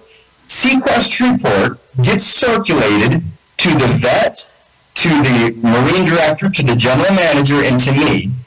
And it's on a Google sheet, and it's listed. And every zoo aquarium that I know of does not release that to the public. But if they did, you would find that it was printed and that it had dates and it had scientific names of animals. And I have an electronic trail that I showed this particular journalist that was a false story. Okay, so there's really no debating that that's a false story. 200 animals did not die there. I'll give you one more example that you talked about unlawful breeding. Okay, because that's what the headline says. I'm out breeding otters unlawfully. I bought an Asian small-clawed otter. Now keep in mind, this is a vulnerable species. If we had more Asian small-clawed otters in the world, we'd be better off because they're vulnerable. I bought it, and 2 months later, about 50 days later, we found out that it was pregnant. We found out that I bought it pregnant. And so it had babies. The animal control came in and said, you do not have a breeding permit for these, and we have to fine you. Well, that went back and forth, but bottom line, that's how the accusation came up that I was illegally breeding Asian small-clawed otters. Now, you go ahead and decide if that's breeding otters, but I can tell you to this day, we have otters in Vegas that you can go in and you can feed, and they're an amazing experience. But I'm not losing any sleep, and I don't have a guilty conscience over unlawfully breeding a vulnerable species that I bought that was pregnant. Two more things quickly. Weekly protests, it's just a gross exaggeration. If you were to, I think the city advisors talked to each city and got their feedback, but if you were to go and ask each GM how often is there a protest, there are between 5 and 10 people about once per year that show up outside of the mall that hold a sign that say Sequest kills animals. Now, ironically, we breed hundreds of critically endangered animals, and we rescue animals that would otherwise be dead. But nevertheless, that's what the signs say. The reality is that shouldn't concern you, because what that does is that tells the people driving by that there's a Sequest, and every time they do that, my ticket sales go up. So I say more protesters. It's not going to hurt anybody. It's just going to drive more traffic. The last thing I would say is that this is creating low-wage jobs. First of all, that's half true, because about half the people there, and it's not minimum wage, it's 11, 12, 13 bucks an hour for about half of them. The other half of them, this is a career, long-term, $20, $30, $40 an hour, and the opportunity, I have people that work for me that started at 9 or 10 bucks an hour in 2014, 15, 16, that today make 6 figures because they're at the national leadership level. So fantastic if we go in and we hire 10 people that make 10 or 11 bucks an hour there. It's a great job, it's a great experience, and if they want to become a vet, what better job for them to start with if they want to start their career in the animal world. So I wanted to give context to just the immense amount of dishonesty that was just thrown at us, and assure the city council that this is a reputable company. It's the fastest aquarium zoo, petting zoo company in the history of the world. Nobody's done what we've done, and that's because we've been very successful with the guest experience. We've been successful with compliance with regulators, and if you look, despite making it very difficult to go through COVID, we've come out of it stronger and leaner, a better organization, more tenure, and we just see a very bright future. We're confident that every location, and Sequest is just going to get better and better, and we are considering accreditation very strongly, and we believe that we could get there with very minor adjustments that the accreditors have placed an emphasis on. So the future is bright, and we think that this city would be a great place for us to bring a Sequest. All right, thank you, Mr. Covino, and sitting quietly through all that and your responses, definitely appreciate that. Do we have any further comment at this time from council? All right, seeing none, do we have a motion to move this to the next step and further due diligence to be done? Yeah, Mayor, I think we should further the due diligence on this issue. So I'll make that motion. Thank you, Mr. Sandy. I'll second. Got a second from Mr. Weber. Any further conversation? Hearing none, all those in favor signify by saying aye. Aye. Aye. Opposed, same sign. Aye. We got a 5-1 to approve that motion forward. Thank you, Mr. Covino, for your time. We really appreciate it. I think your daughter's in the background. She was peeking in on you. She's probably wondering where Daddy's been. So you better go give her some attention. Thank you. Thank you all. 4.18 is the Beacon by Epic Development Agreement approval. Thank you, and I'll open that up to comment. And Mr. Goss, if you wanted to opine on the process here. Correct. The only item that's really being approved is the public hearing that's going to occur 2 weeks from tonight. We've already accomplished the publication for the notice of that and sent out notices to competitors and to the school district and the park district as required by statute. So. Sounds good. So any consternation on that, we would have the opportunity in 2 weeks to further go over that. That is correct. Okay. Any further comments on this time then on 4.18?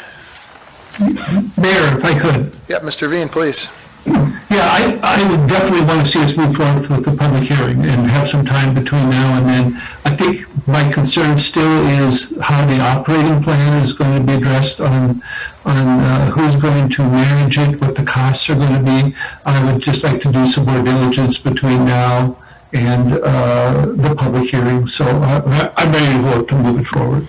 And just, if any council member has questions about the terms, because I know it's a lengthy document, but if you have specific concerns or questions about any of the terms, either the development agreement or the proposed management agreement, please don't hesitate to give me a call.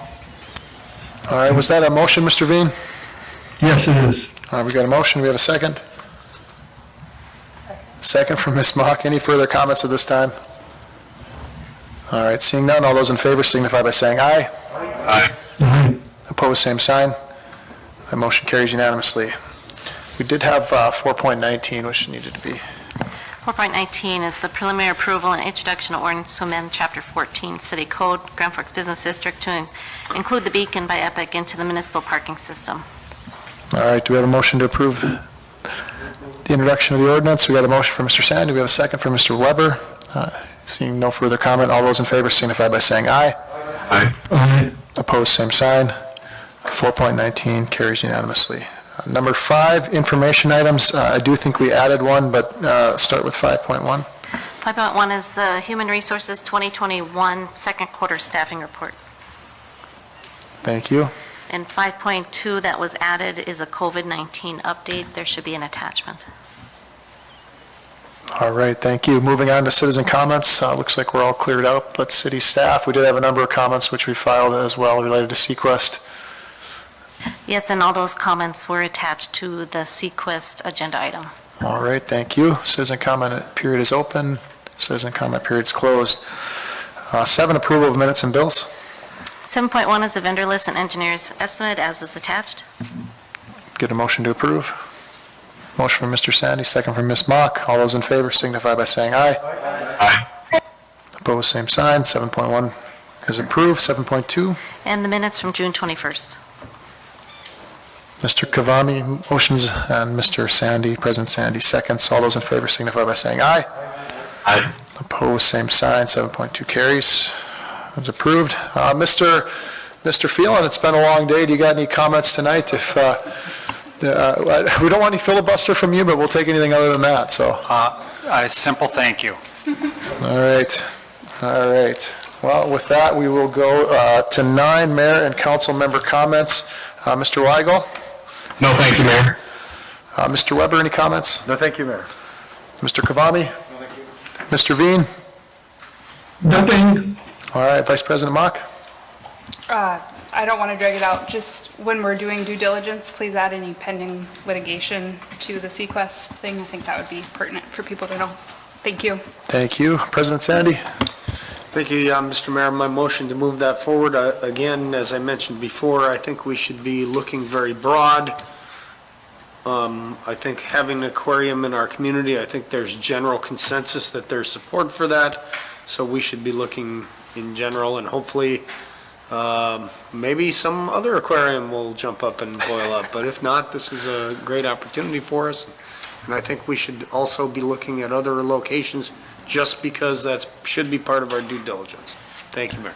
Thank you, President Sandy. As to my comments tonight, I don't really have any. I think this, as long as it takes, this is unfortunately how government works sometimes, and you got to slug through things, and we got through it. I tried, due to the passion of this item to some people, I tried to give as much time as possible for people to speak, and that's why I let Mr. Burrows go on, as well as Mr. Covino's response. So I thought that is what it was. With that, we're looking for adjournment. A motion to adjourn. Motion from Mr. Weber, and a second from Mr. Sandy. All those in favor signify by saying aye. Aye. We are adjourned.